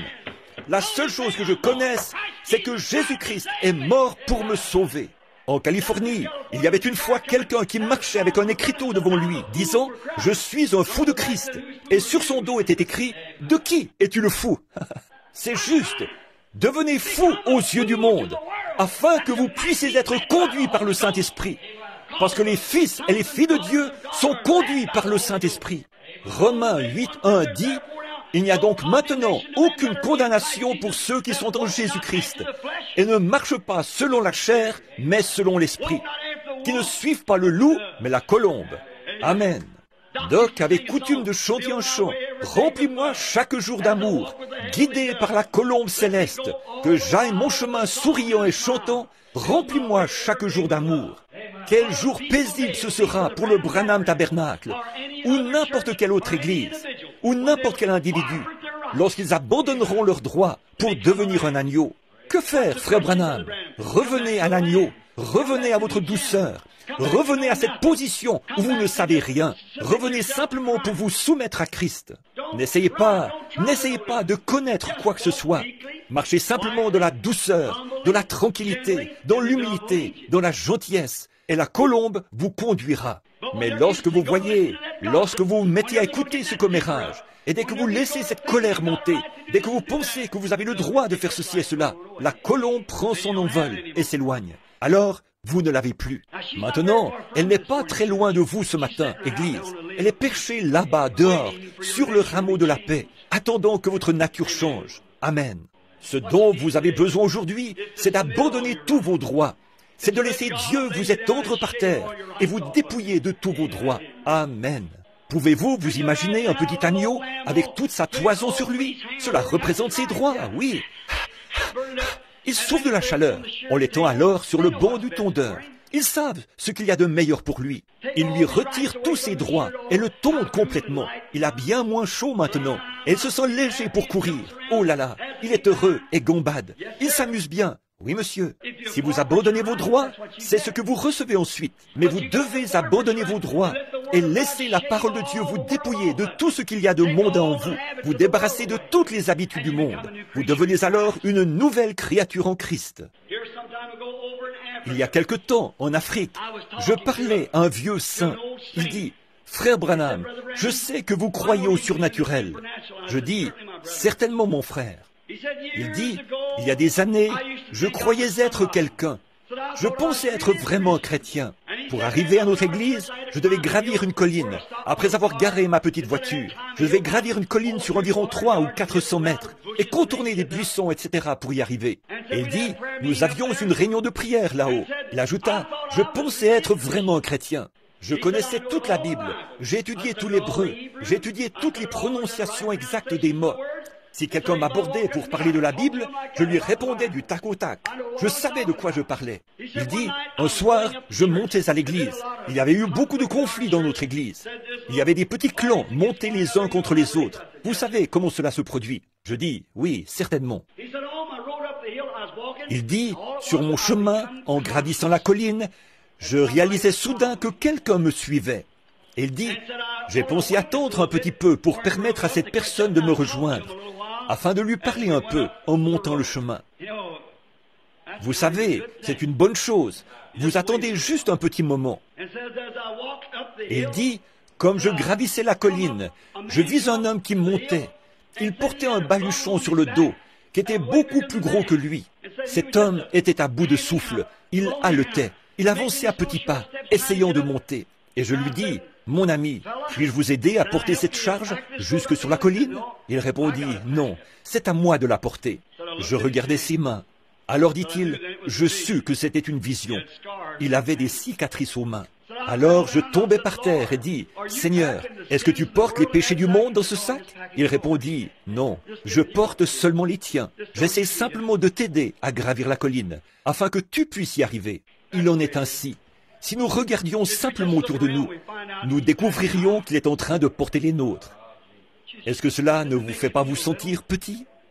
Notre cœur méchant et cruel, juste parce que nous pouvons le faire. Il y a un certain temps, j'étais à la chasse. Comme vous le savez, j'aime chasser. Et il y avait un individu cruel dans cette région. C'était un type méchant. Il avait l'habitude de se moquer de moi, parce que je ne voulais pas tirer des biches et des faons. Je lui disais, c'est brutal. Pourquoi ne veux-tu pas être un chasseur vraiment loyal et tirer plutôt sur les vieux mâles et les animaux qui sont vieux et prêts à mourir? Dieu nous les a donnés. Laisse ces jeunes mères et ces petits. Il disait, « Ah, prédicateur, tu es une poule mouillée !» Il me répétait cela sans cesse. Je disais, « Maintenant, regarde, si j'avais faim et que je désire un de ces faons, je crois que Dieu me laisserait l'avoir. Mais tirer sur lui juste pour faire le malin, eh bien, il en remplissait tout un chariot. Pour appeler l'animal, il s'était fait une sorte de sifflet. Et quand il sifflait, ça faisait exactement le bruit d'un petit faon qui appelle. Un jour, nous étions ensemble dans les buissons et je lui fis honte. Je dis, à ta place, j'aurais honte de moi. Il tuait 8 à 10 faons d'une seule fois s'il le pouvait, des biches et n'importe quoi, simplement pour faire le malin. Il en prélevait peut-être juste les quartiers de derrière et laissait le reste sur place. Je lui disais, tu ne devrais pas faire ça. Ah, me disait-il, vous autres prédicateurs, vous êtes trop poule mouillée. Un jour, il se tenait là, dans les buissons, et il saisit ce sifflet et fit entendre ce son. Cela ressemblait à un petit faon qui pleure. Et juste comme il faisait cela, une magnifique biche laissa apparaître sa tête et sortit du fourré. Vous pouviez voir ses jolis yeux bruns qui regardaient. Toute alarmée, elle regardait alentour. Le chasseur prit son fusil et épaula pour tirer la biche. Et celle-ci vit le chasseur. Mais vous savez quoi? Le cri de ce faon. Elle ne remarqua pas ce fusil. Elle cherchait ce bébé qui était en difficulté. Et vous savez, le fait qu'elle ait fait face à la mort en regardant la bouche de ce fusil démontre le véritable sentiment maternel et l'amour d'une mère. Savez-vous quoi? Cette démonstration fut si remarquable que cela le toucha. Il jeta son fusil par terre. Il revint vers moi en courant et m'accrocha par le bras. Il s'écria, « Billy, prie pour moi, j'en ai assez de ceci !» en voyant cette démonstration d'héroïsme maternel. Oh, lorsque le monde verra la démonstration de l'amour de Dieu dans nos cœurs humains, quelle différence ce sera! Lorsque nous laisserons la colombe de Dieu venir dans nos cœurs et nous attendrir, nous rendre humbles. Là derrière, dans ce bosquet, je priais pour ce gars et le conduisis au Seigneur Jésus. Depuis lors, ce fut un chasseur bon et loyal. Certes, il pensait être dans son droit. Il faisait ce qu'il désirait. Ils sont sur mon territoire. Ils mangent ma luzerne là-bas s'ils le désirent. Je disais, c'est juste, mais c'est inhumain de faire cela. Tu dois renoncer à tes droits. Ô Dieu, aie pitié afin que nous le fassions. Ici, il y a quelque temps, il y a environ 100 ans, il y avait un grand chrétien qui vivait dans le sud-ouest des États-Unis. Il s'appelait Daniel Curry.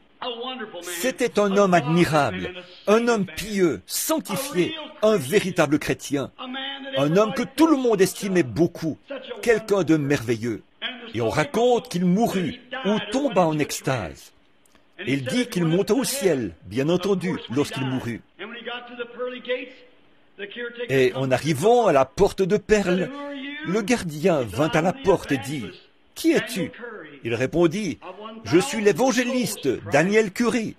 J'ai gagné des milliers d'âmes à Christ et je désire entrer ce matin. Le voyage de ma vie est terminé sur terre. Je n'ai maintenant pas d'endroit où aller. C'est ainsi que cela se produira pour toi l'un de ces matins, pécheur. C'est ainsi que cela t'arrivera, à toi qui es rétrograde. C'est ainsi que cela vous arrivera, à vous qui avez attristé, éloigné le Saint-Esprit, en étant plus doux ni tendre. Cela fait des années que vous n'avez pas pleuré, vous n'avez pas rougi depuis je ne sais combien de temps, et toute modestie vous a quitté, certainement. Mais cela va venir à votre porte un de ces matins. Et alors que le doux Saint-Esprit vient frapper, pourquoi ne le laissez-vous pas simplement entrer? Donc, lorsque Daniel Curry arriva à la porte, ils vinrent et dirent, « Nous allons voir si votre nom figure ici. » Ils cherchèrent partout et ne purent trouver aucun nom. Ils dirent, « Non, il n'y a pas de Daniel Curry ici. » « Oh, dit-il, Certainement, je suis un évangéliste. J'ai gagné des âmes à Christ. J'ai essayé de faire ce qui est juste. Le gardien dit, « Monsieur, je suis désolé de vous le dire, mais il n'y a pas de Daniel Curie ici. Je vais vous dire ce que vous pourriez faire. Nous n'avons pas le droit ici de nous occuper de votre cas. Mais voulez-vous présenter un recours? Vous pourriez recourir lors du jugement du trône blanc, si vous le désirez. Mais dit-il, nous ne pouvons pas du tout vous faire miséricorde ici, parce que nous n'avons pas votre nom. Il n'y a pas de grâce pour vous. Désirez-vous faire appel pour votre cas? Il dit, « Monsieur, que puis-je faire d'autre que de faire appel pour mon cas ?» Le gardien répondit, « Eh bien, vous pouvez aller au jugement du trône blanc et faire là appel pour votre cas. » Daniel Curie dit qu'il se sentit voyager à travers l'espace pendant environ 1 heure. Il dit qu'il arriva à un endroit où cela devenait de plus en plus clair, plus clair, plus clair, plus clair. Il dit que plus il avançait, plus ça devenait clair. C'était 100 fois, des milliers de fois plus brillant que le soleil n'a jamais été. Il dit qu'il tremblait, tremblait. Puis il dit que, lorsqu'il arriva au milieu de cette lumière, il entendit une voix qui disait, « Étais-tu parfait sur terre ?» Cela sortait directement de la lumière. Il répondit, « Non, je n'étais pas parfait. » Il tremblait. « As-tu toujours usé d'honnêteté envers tout le monde ?» Il répondit, « Non. » Il lui vint à l'esprit différentes choses pour lesquelles il ne fut pas tout à fait honnête. « Non, ajouta-t-il, je pense que je n'étais pas honnête. » As-tu raconté la vérité chaque fois dans ta vie? Il répondit, « Non. Je me souviens d'avoir raconté certaines choses qui n'étaient pas douteuses, qui étaient douteuses. Je n'ai jamais été tout à fait véridique. » Alors, as-tu jamais pris quelque chose qui ne t'appartenait pas? Une certaine chose? De l'argent? Ou autre chose qui ne t'appartenait pas? Il dit qu'il pensait avoir été assez bon sur terre, mais il était condamné. Il dit, non, non, j'ai pris des choses qui ne m'appartenaient point. On lui dit, alors, tu n'étais pas parfait. Il répondit, non, je n'étais pas parfait. Il dit qu'il s'attendait d'un moment à l'autre à ce que de cette grande lumière, là où la colombe se reposait, retentisse comme le bruit d'une explosion, le mot condamné. Il dit qu'à ce moment-là, il entendit une voix derrière lui qui était plus douce que n'importe quelle voix de mère qu'il eût jamais entendue. Il dit qu'il se tourna pour voir, et le plus beau visage qu'il eût jamais vu, plus doux que n'importe quel visage de mère, se trouvait devant lui. Et il dit, « Père, Daniel Curie a pris position pour moi sur la terre. Il est vrai qu'il n'était pas parfait, mais il a pris position pour moi. Il a pris position pour moi sur la terre. Et maintenant, je vais prendre position pour lui au ciel. Prends tous ses péchés et mets-les sur mon compte. » Qui va prendre position pour vous en ce jour-là, frère? Si vous l'attristez et l'éloignez de vous aujourd'hui, je ne peux simplement plus prêcher. Inclinons nos têtes. Ô Dieu bien-aimé, cher agneau mourant, toi qui es doux, humble et modeste, les oiseaux avaient des nids et les renards avaient des tanières. Mais toi, tu n'avais pas de demeure, bien que tu sois le Seigneur de gloire lui-même. Lorsque tu es né, il n'avait pas de vêtements à te mettre. Oh Dieu, à quoi me serviront mes habits là-bas? À quoi me serviront mes voitures? À quoi me servira une jolie maison? À quoi me servira tout cela en ce jour-là? Tu étais sans amis. Personne ne voulait se lier d'amitié avec toi. Personne ne paraissait vouloir te tendre une main secourable. Tu as dit que tu dirais ce jour-là, « J'avais faim et vous ne m'avez pas nourri. J'étais nu et vous n'avez pas voulu me vêtir. » À quoi nous servira en ce jour-là tout ce que nous avons, Seigneur? Laisse-nous prendre position pour toi, afin que, lorsque cette heure arrivera et que nous entrerons en sa présence, lui, l'omnipotent, l'omniprésent, ô Dieu, lorsque nous entendrons cette colombe avec ses ailes, se tenant dans cette grande lumière, cela brillera à travers toute l'éternité, sachant que tu habites dans la lumière. Lorsque je devrais me tenir là, tout seul, et que mon frère, mon pasteur, ma mère, mon père, ma femme et mes enfants seront partis. Oh Dieu, que vais-je faire alors, Seigneur? Que vais-je faire alors? Cela peut arriver ce soir, avant le coucher du soleil. Mais que vais-je faire? Que puis-je faire? Ô Christ, je veux prendre position pour toi maintenant. Je ferai mon choix aujourd'hui. Je vais cesser tous mes bavardages sur autrui. Je vais abandonner tout mon tempérament colérique. Je vais laisser de côté tous mes différends. Je vais abandonner toutes choses. Dépouille-moi, Seigneur. Prends tout ce que j'ai. Simplement, prends-moi, Seigneur. Je veux me tenir à ta place. Je veux être tondu. Je désire que tout égoïsme, tout orgueil, toute indifférence soit simplement ôté de moi. Et puis, je désire prendre position pour toi, comme un agneau tondu, prêt à abandonner tous les plaisirs de ce qu'on appelle les plaisirs de la vie. Toutes les danses, toutes les réceptions, tous les vêtements indécents, le fard, le rouge à lèvres, le vernis à ongles, toute cette indifférence qui ressemble au monde. Tu as dit, n'agissez même pas comme le monde, ne vous associez même pas au monde, sortez du milieu d'eux. Oh Dieu, aide-moi Seigneur, dépouille-moi aujourd'hui, prends-moi comme un agneau et rends-moi muet, que je n'ouvre pas la bouche, que je ne dise rien à ce sujet, que je me tienne simplement là et sois tondu. Oh Dieu, quelle différence cela fait. Je me souviens lorsqu'une fois tu m'as dépouillé. Tu as pris ma femme, mon petit enfant, mon père, mon frère. Tu m'as complètement dépouillé.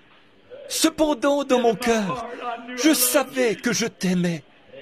Comme tu m'as béni et comme tu as été bon. Tout ce que je suis, tout ce que je pourrais être, ou tout ce que je serai, vient de toi. Oh Dieu, cela vient de toi. Je confesse mes erreurs. Je confesse tout ce que j'ai fait ou pensé. Dépouille-moi seulement, Seigneur. Je désire être ton agneau.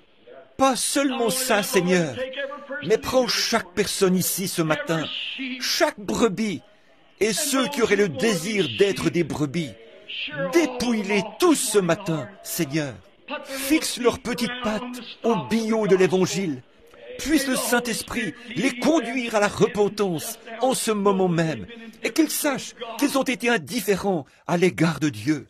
Et puisse-t-il les dépouiller de toute indifférence, du monde et de toutes les choses du monde. Dépouille-nous de tout cela ce matin, Seigneur, afin qu'ayant moins chaud, nous puissions nous tenir tranquillement devant toi, comme des chrétiens nés de nouveau. Accorde-le, Seigneur. Je t'aime. Je veux y aller. Peu importe qu'il fasse chaud, que j'en ai envie ou non.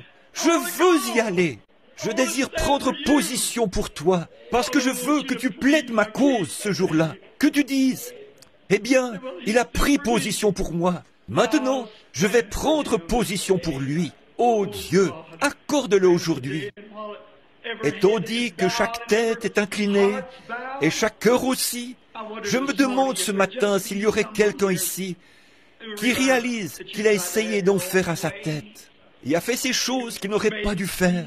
Alors si vous sentez simplement ce matin que vous aimeriez que le Seigneur vous dépouille et fasse de vous un agneau véritable, voudriez-vous lever la main?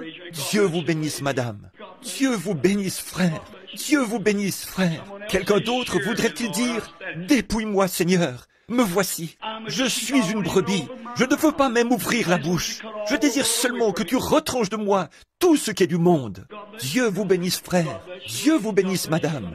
Dieu te bénisse, mon petit garçon. Dieu vous bénisse, madame. Dieu vous bénisse, sœur. Dépouille-moi, Seigneur. Sœur Gertie, Dieu vous bénisse, madame. Dieu vous bénisse, sœur. Dépouille-moi maintenant, Seigneur. Je désire que toutes les choses du monde, je désire prendre position pour toi ce matin. Je désire me tenir simplement comme une brebis tondue. Je veux que toutes les choses du monde soient retranchées de moi. Je désire t'appartenir et que tu m'appartiennes. Veux-tu me recevoir, Seigneur, alors que je lève la main vers toi? Dieu vous bénisse, madame. Dieu vous bénisse, monsieur. Dieu vous bénisse. Dieu vous bénisse, monsieur. Dieu vous bénisse, monsieur. Dieu vous bénisse, madame. Dieu vous bénisse, madame. Je vois votre main. Dieu vous bénisse, mon frère. Dieu vous bénisse, madame. C'est bien. Dieu vous bénisse, là-bas derrière, maman. Dieu vous bénisse, sœur. C'est juste. Soyez simplement honnête. Je désire que Dieu retranche de moi tout ce qui n'est pas tout à fait comme lui, tout motif égoïste, toute indifférence. Je désire qu'il me tombe complètement ce matin. Je veux être comme lui, peu m'importe que ce soit des droits ou non. Je n'ai aucun droit. Je ne possède qu'un seul droit, c'est de venir à lui. Il prend le reste. Y a-t-il un pécheur ici qui n'ait jamais confessé Christ, qui n'ait jamais été sauvé? Et vous désirez qu'on se souvienne de vous dans la prière ce matin? Voudriez-vous lever la main, ami pécheur? Dieu vous bénisse. Un autre, levez la main et dites, souvenez-vous de moi, frère Branham. Je ne suis pas chrétien et je ne sais pas à quel moment je devrais rencontrer Dieu. Et je désire qu'on se souvienne de moi dans la prière, en ce moment même, alors que vous terminez. Voulez-vous lever la main afin que je prie pour vous? Il voit. Dieu vous bénisse, ma petite dame. Dieu vous bénisse, madame. Dieu vous bénisse, monsieur. Quelqu'un d'autre? Je désire être. Je désire. Combien ici sont rétrogrades? Oh, direz-vous, je n'admettrai pas cela, frère Branham. Mais regardez, si cette colombe de la douceur vous a quitté, frère, il y a quelque chose qui ne va pas. Il y a quelque chose qui ne va pas lorsque vous ne pouvez pas vous supporter les uns les autres, lorsque vous ne pouvez pas pardonner à chaque personne du plus profond de votre cœur. Quoi qu'ils aient fait ou qu'ils aient dit, si vous ne pouvez leur pardonner du plus profond, Jésus a dit, si vous ne pardonnez pas à chacun ses offenses de tout votre cœur, votre Père Céleste ne vous pardonnera pas non plus. Qu'arriverait-il si par cette chaleur, qu'arriverait-il si Dieu vous appelait aujourd'hui, tandis qu'il y a une fontaine ouverte, une église prête, le Saint-Esprit se tenant ici sur le pignon de ce bâtiment, prêt à descendre sur le champ, à revenir dans votre cœur et vous rendre doux et paisible. Que dois-je faire, frère Branham? Devenez simplement un agneau. Le Saint-Esprit descendra immédiatement lorsque vous deviendrez un agneau. Mais si vous avez de mauvais motifs ou de mauvaises idées que vous voulez en faire à votre tête et que vous n'êtes pas prêt à abandonner cela, alors le Saint-Esprit ne viendra jamais. Maintenant, avec nos têtes inclinées, je me demande s'il y a quelqu'un parmi vous qui avait levé la main. Jésus a dit, « Celui qui écoute mes paroles et qui croit à celui qui m'a envoyé a la vie éternelle et ne viendra jamais en jugement, mais il est passé de la mort à la vie. » Jean 5, 24. Mais maintenant, si vous aimeriez venir à l'autel, agenouillez-vous ici et prions ensemble pour que ce sentiment doux et paisible que vous avez possédé une fois ou que vous aimeriez posséder vienne à nouveau en vous. Tandis que nous gardons nos têtes inclinées et que nous chantons, il y a une fontaine remplie de sang. Je désire que vous veniez vous agenouiller pour prier. Tous ceux qui désirent venir maintenant, agenouillez-vous ici à la balustrade de l'autel et priez quelques instants.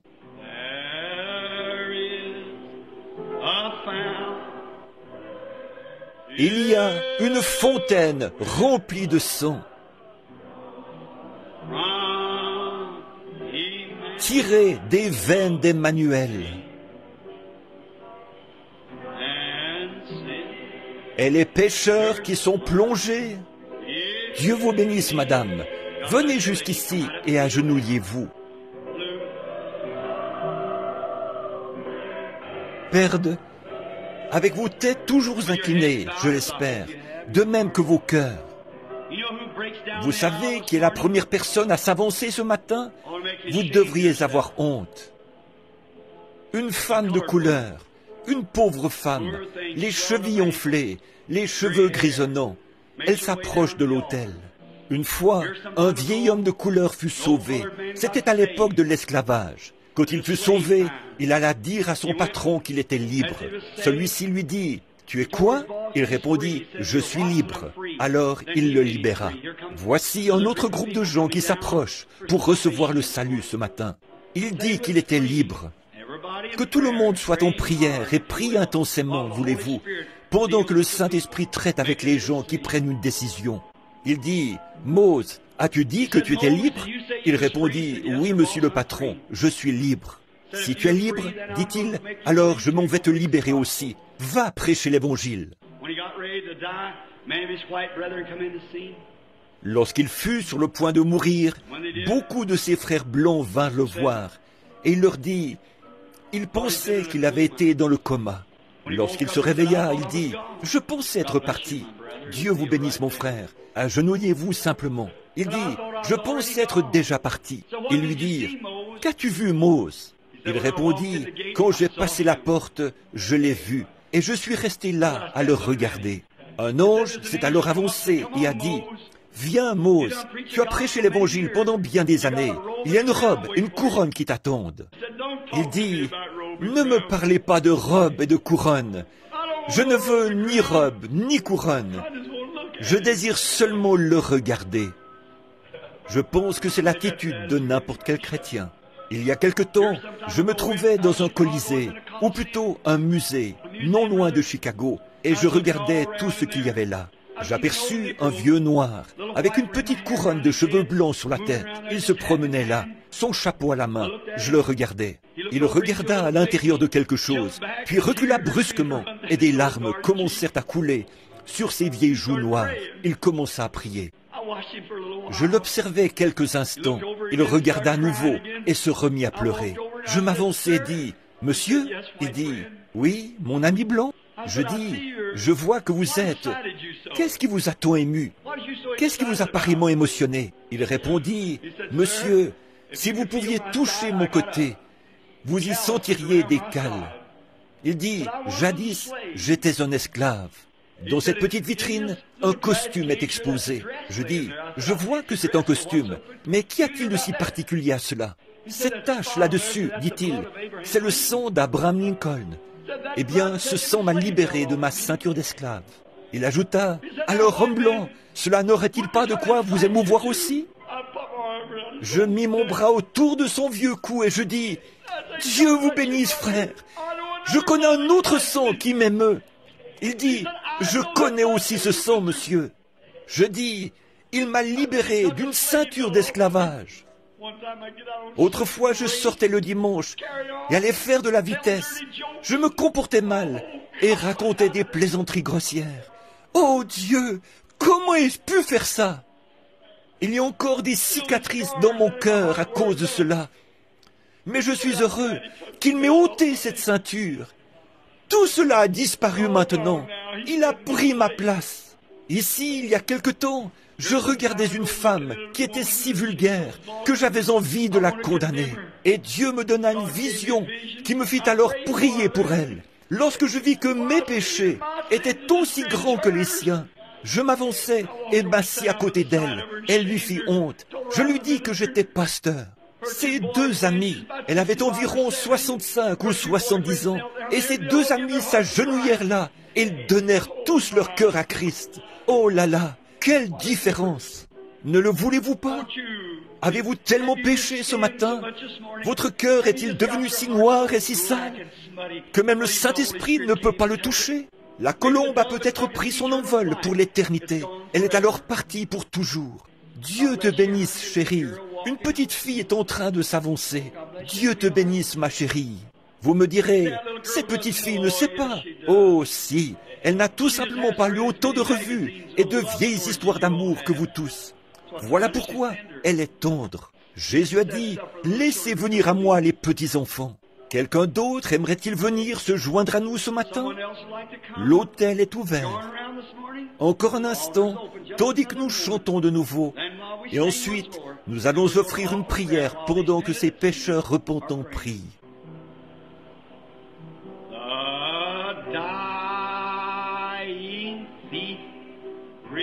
Le brigand agonisant se réjouit de voir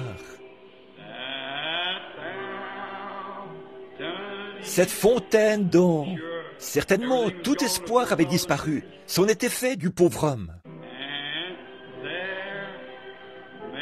Et là, puissais-je, moi, bien qu'aussi vil que lui, ne voulez-vous pas vous avancer maintenant? Ne voulez-vous pas vous avancer, vous qui savez à quoi vous en tenir? La Bible dit que si vous savez faire le bien et ne le faites pas, pour vous, c'est plus que le péché. Ne voulez-vous pas venir? Vous savez que vous avez tort. Frayez-vous un chemin et agenouillez-vous autour de l'autel et dites à Dieu que vous regrettez la manière dont vous l'avez traité. Laissez revenir le Saint-Esprit pour qu'il vous rende à nouveau doux, aimable et calme. Ne le voulez-vous pas? Souvenez-vous que si vous mourrez alors qu'il s'est éloigné de vous, il n'y aura personne pour plaider votre cause. Il désire que vous preniez position pour lui ce matin.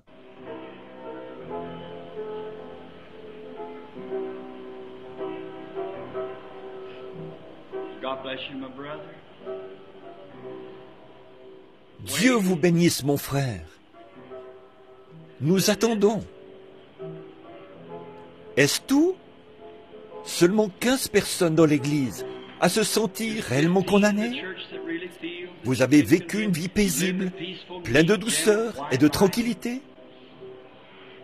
Maintenant, ceci est dirigé par le Saint-Esprit. Vous êtes indulgent, vous n'avez pas d'ennemis, vivant au-delà, au-dessus de la condamnation des pécheurs. Vous ne vivez pas comme les païens, vous vivez différemment. Votre vie est toute différente. Le doux Saint-Esprit est assis sur le trône de votre cœur, vous faisant vivre dans la paix, le calme et l'affection avec tout le monde. Vos voisins et tous savent, tous vos collègues savent que vous êtes un chrétien aimable, calme, doux et humble. La colombe de Dieu est avec vous. En êtes-vous certain? Ceci peut être votre dernière chance. Très bien.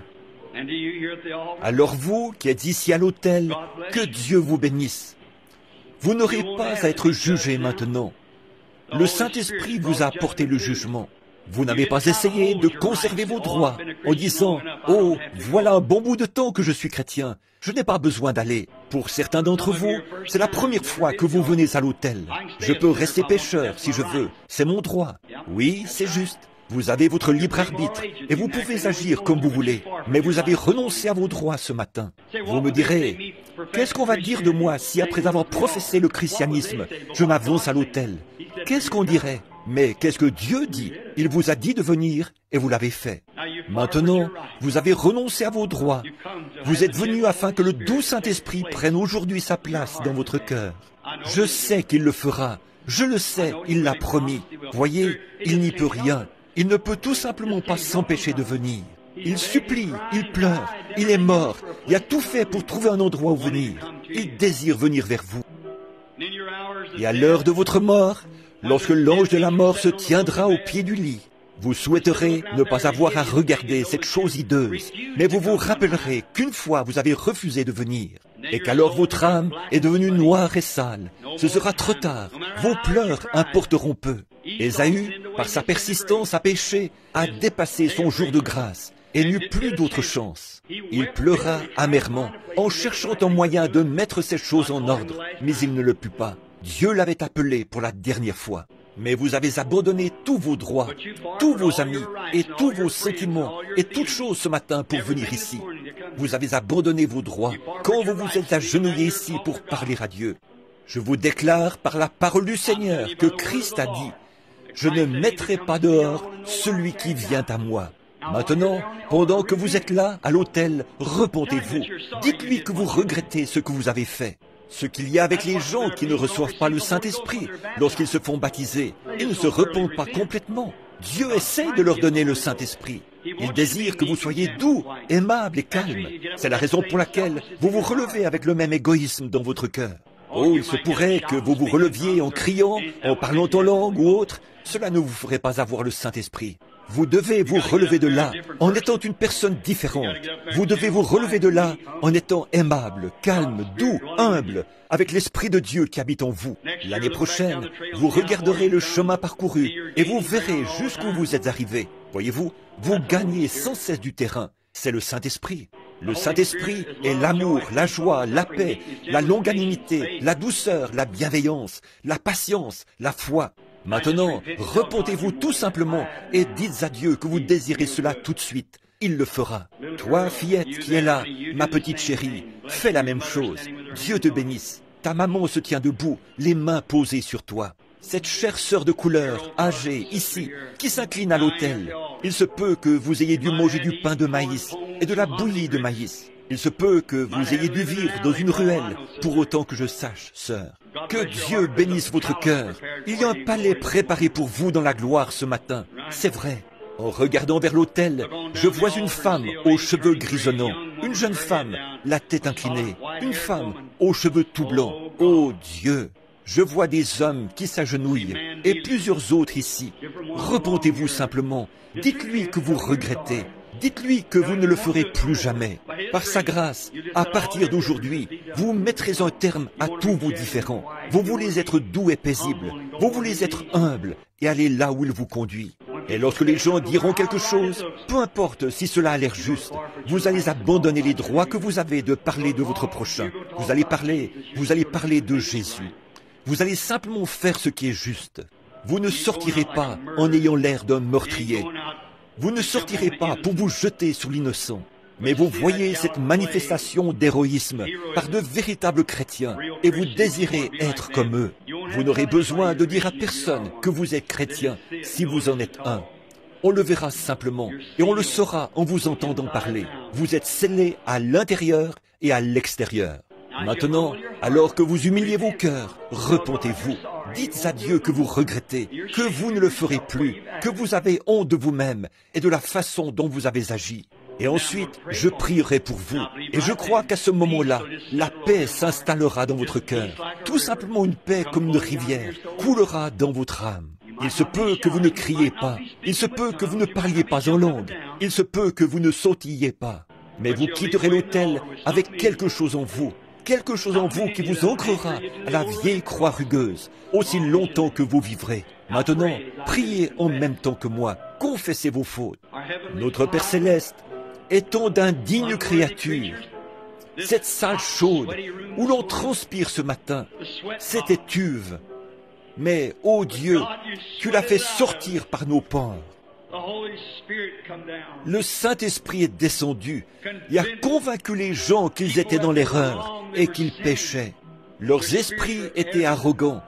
Ils étaient devenus hostiles, indiscrets, des je sais tout, ne voulant pas se repentir, ne voulant pas pardonner aux gens qui leur avaient fait quelque chose. Ils n'étaient pas prêts à le faire. Mais aujourd'hui, le Saint-Esprit a pris la parole de Dieu, l'a placée dans leur cœur doux et a dit, « Maintenant, veux-tu revenir au point où tu en étais la première fois que tu es venu à l'autel? Et que tu aimais tout le monde? Et que tu m'aimais d'un amour impérissable? Alors lève-toi simplement et viens à l'autel. » Ils l'ont fait, Seigneur. Et je te prie maintenant de sanctifier leurs pensées, Seigneur. Sanctifie leur cœur et rends-les doux et paisibles. Puissent-ils maintenant se relever de cet autel, après s'être repentis, d'avoir abandonné leur vie et retourner chez eux. Peu importe ce qui arrive, si votre mari ou votre femme s'énerve, ou bien le voisin, ou un collègue de travail, ou un associé, je serai simplement doux comme une colombe. Après tout, la vengeance t'appartient. À moi la rétribution, dit le Seigneur. Combien nous nous en sommes rendus compte, Seigneur. Restez simplement tranquilles, soyez doux, voyez Dieu descendre directement vers ses agneaux. Bien sûr, certainement, ce bon berger a donné sa vie pour eux. Il descend jusque vers ses brebis et il les guidera. Malheur à celui qui se mettra en travers de leur chemin. Malheur à celui qui dira une seule parole contre elles. Il a dit qu'il vaudrait mieux qu'une meule soit suspendue à votre cou et que vous soyez noyés dans les profondeurs de la mer. Leurs anges contemplent sans cesse le visage de mon Père qui est dans les cieux. Ô Dieu, nous voulons ce que vous leur faites, c'est à moi que vous le faites. Ainsi, ô Dieu, je désire être doux. Je me place aussi sur l'autel ce matin. Non pas ce matin, mais chaque matin et chaque jour. Je veux être paisible, doux et semblable à Jésus. Accorde-le, Père. Aide-nous à être ainsi maintenant. Fais rouler sur nos âmes ces infinies vagues d'amour.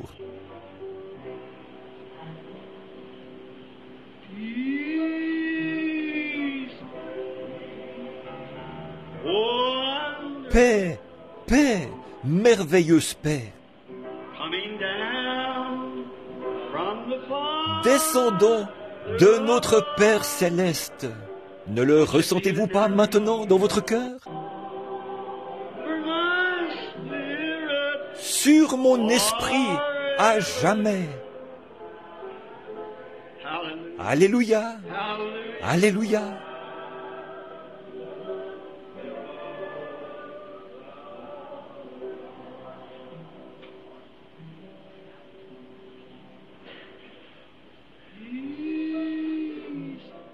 Paix, paix, merveilleuse paix.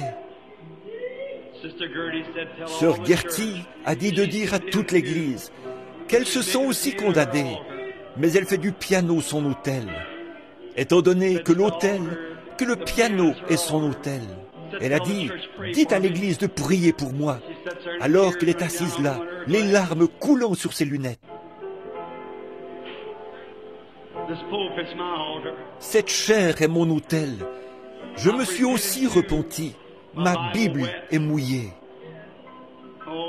Ô Dieu, paix, paix de Dieu.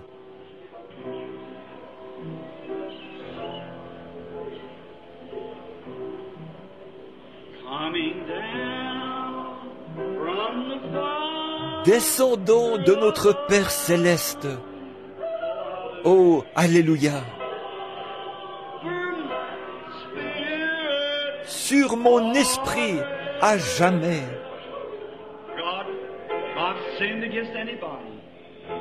Ô Dieu, si j'ai péché contre quelqu'un, contre toi, ôte cela, Seigneur.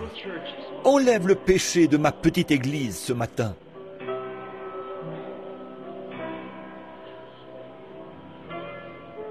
Combien peuvent sentir que Dieu leur a pardonné et que la colombe de paix s'est à nouveau posée sur votre cœur? Elle vient de revenir et a repris sa place. Le Saint-Esprit vient tout juste de revenir et il a dit, « Mon enfant, j'ai toujours désiré t'aimer, mais tu ne me laissais pas faire. Je ne peux pas demeurer avec ton vieil esprit égoïste, mais maintenant que tu l'as abandonné, je suis revenu dans ton cœur ce matin. » Combien se sentent ainsi? Levez la main, c'est ça, tout autour de l'autel. Oh, c'est bien. Combien dans l'assistance ressentent la même chose? Levez la main. Oh!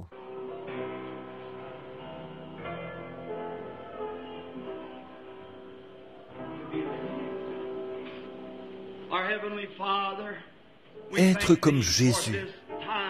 Notre Père Céleste, nous te remercions pour ce moment de douce consécration. C'est comme si on prenait une pomme dans la main, qu'on la broyait, qu'on l'écrasait, jusqu'à ce qu'elle devienne molle. Si molle qu'un petit bébé pourrait s'asseoir et la manger.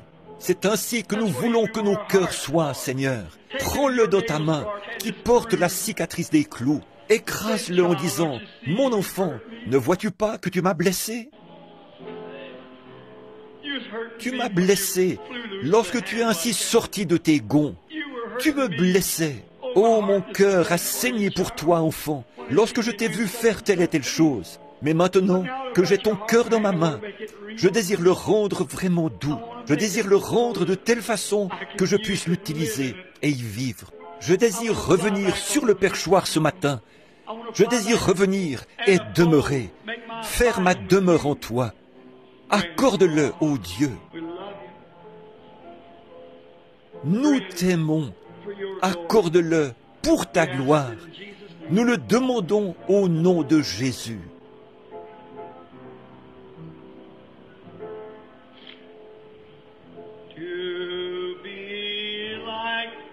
Être comme Jésus. N'aimez-vous pas simplement adorer ainsi? Oh, mon âme est inondée. Sur terre, le voir descendre ainsi dans les adorateurs. Vous sentez une réelle douceur dans votre cœur? Mon cœur bat très rapidement.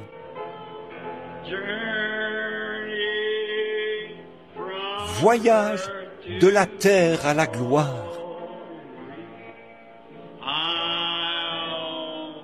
Je ne demande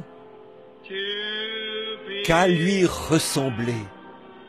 Voulez-vous lever la main tandis que nous le chantons? Être comme Jésus.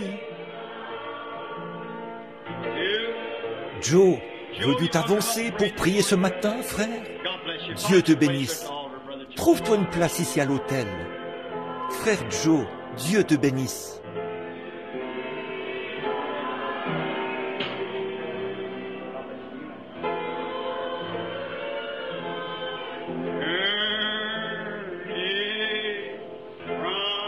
Voyage de la terre à la gloire.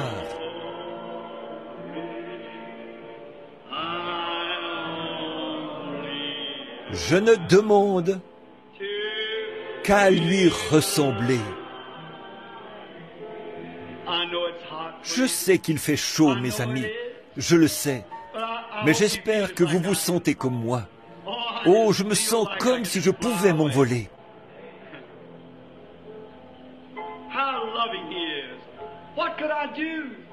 Comme il est affectueux. Que pourrais-je faire? Où irais-je? Oh Dieu! Où vais-je? Où est-ce que je me dirige? Qu'est-ce que ça va être? Où serais-je dans 100 ans? Que ferais-je si je ne l'avais pas? Où y a-t-il un autre refuge?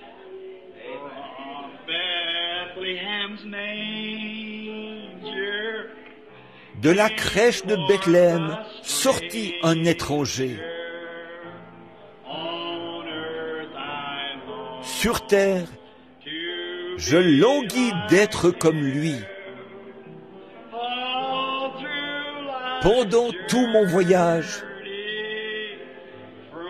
de la terre à la gloire,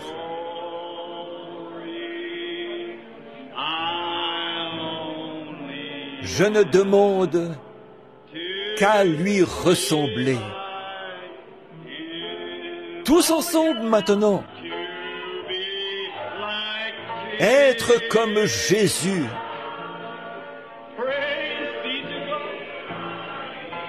Dieu soit loué. Oui Seigneur, oui Seigneur. Non pas comme le monde, mais comme toi. Être comme lui.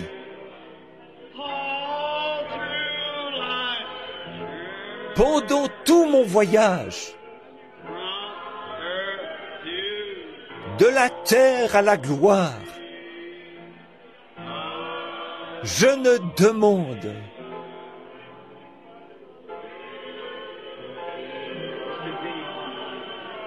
tandis que vos têtes sont inclinées, je vais vous demander quelque chose. Quelqu'un ici déplaît au Saint-Esprit. Quelqu'un a été appelé.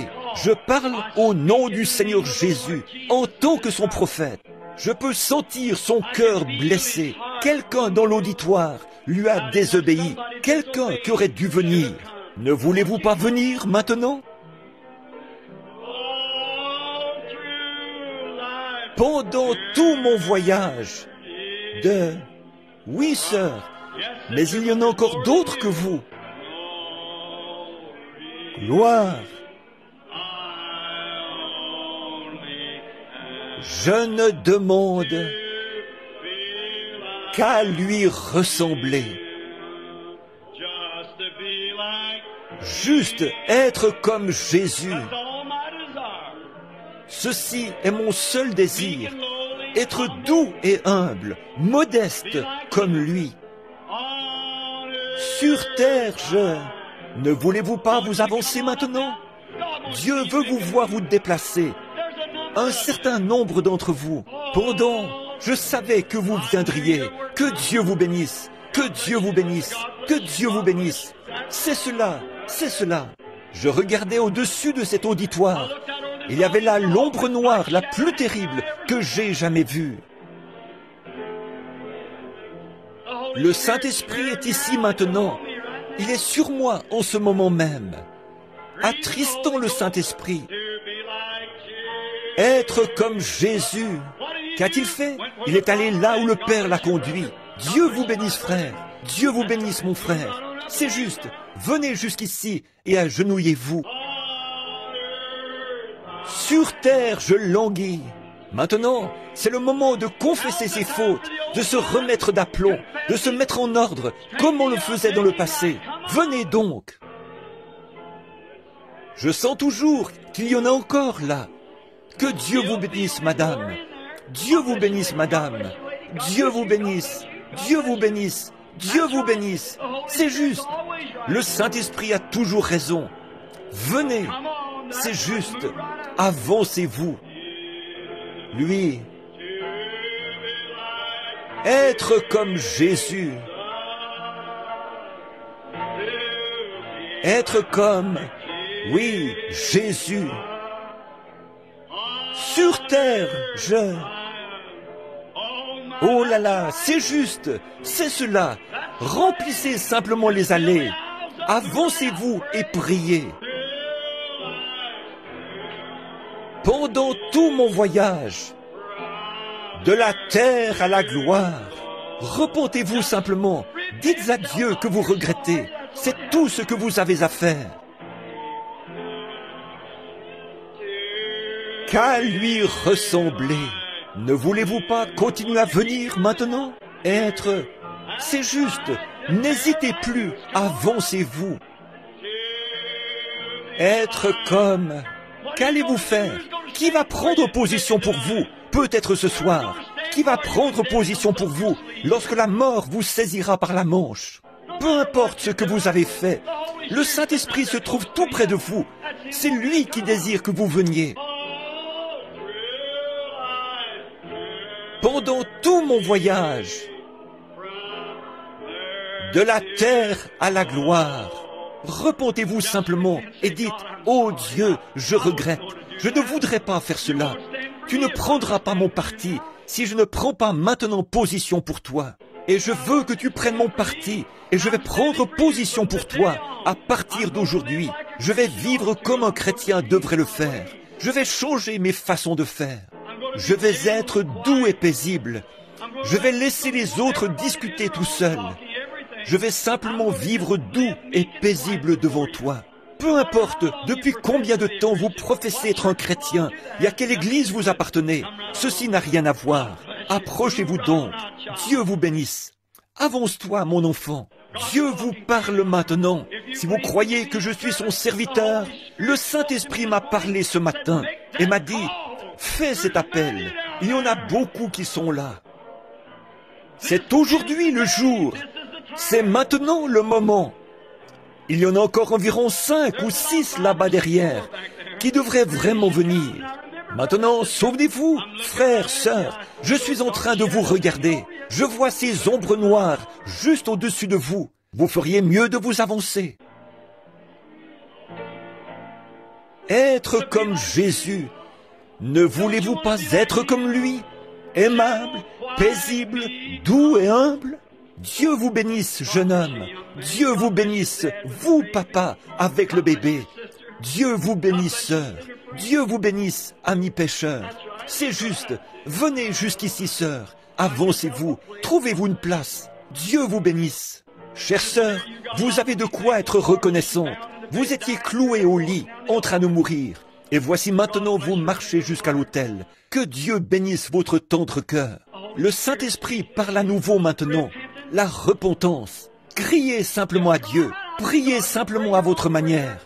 C'est vous qui avez péché. Maintenant, c'est vous qui devez prier. Dites à Dieu que vous regrettez ce que vous avez fait.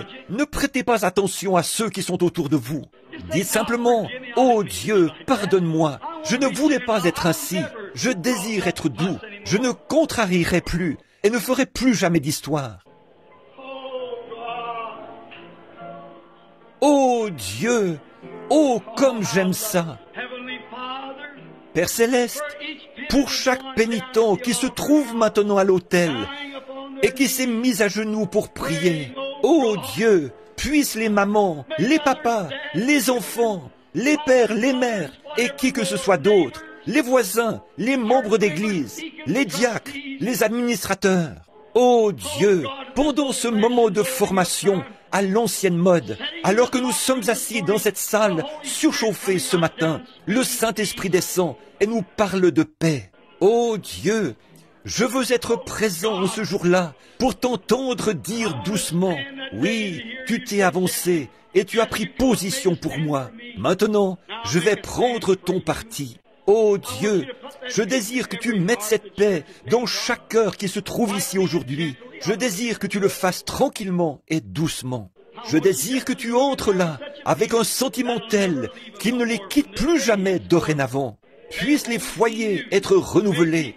Puissent les gens être de nouvelles personnes. Que toutes choses deviennent nouvelles aujourd'hui parce que ces gens se sont humiliés. Tu as dit, si le peuple qui porte mon nom s'humilie et prie, alors j'entendrai des cieux. Maintenant, je sais que tu le fais ce matin, ô Dieu. Et je demande pardon pour ceux qui sont demeurés assis alors qu'ils auraient dû venir. Ô Dieu, parle-leur, et puissent-ils ne plus jamais avoir de paix sur terre, jusqu'à ce qu'ils aient pris cette décision, Seigneur, de venir se mettre en règle avec toi. Accorde-le, Seigneur.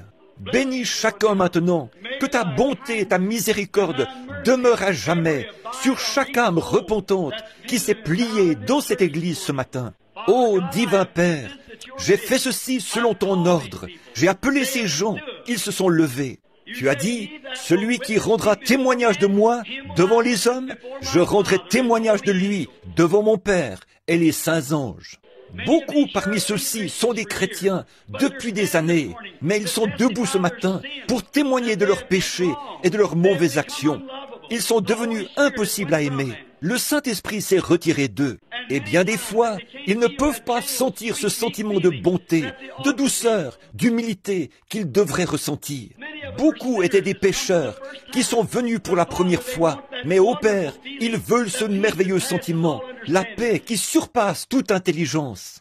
Donne-la leur aujourd'hui, Seigneur Dieu, et puissent-ils tous ensemble être aimables et remplis de ton esprit, alors qu'ils quittent cet endroit aujourd'hui pour aller vers leurs demeures respectives, vivre une vie différente, être des personnes différentes. Nous demandons ceci au nom de Christ.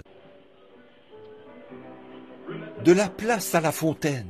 Très bien, vous qui êtes à l'autel, relevez-vous, regardez au Seigneur Dieu, tournez-vous et serrez la main à ceux qui sont autour de vous. Oh, nous allons chanter maintenant tous ensemble, alors que nous nous levons juste un moment avant le service de guérison. De la place, de la place. Oui, il y a de la place. Il y a de la place à la fontaine pour toi. De la place, de la place. Oui, il y a de la place. Il y a de la place à la fontaine pour toi. Tous ensemble. De la place, de la place. Oui, il y a de la place. Il y a de la place à la fontaine pour toi. De la place, de la place. Oui, il y a de la place. Il y a de la place à la fontaine pour toi. De la place, de la place. Oui, il y a de la place. Une fois, vous savez, l'autre jour, frère, quand votre femme a téléphoné pour qu'on prie pour vous, je suis allé directement dans la chambre et le Saint-Esprit m'a dit, ne crains point. Amen. N'est-il pas réel? Merveilleux. Eh bien, gloire au Seigneur. J'ai simplement envie de crier victoire.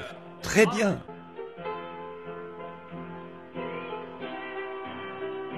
Et son sang lave plus blanc.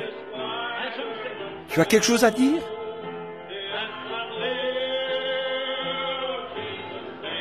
Jésus sauve. Très bien. Frère Neville maintenant. Et frère Slaughter a un mot à dire.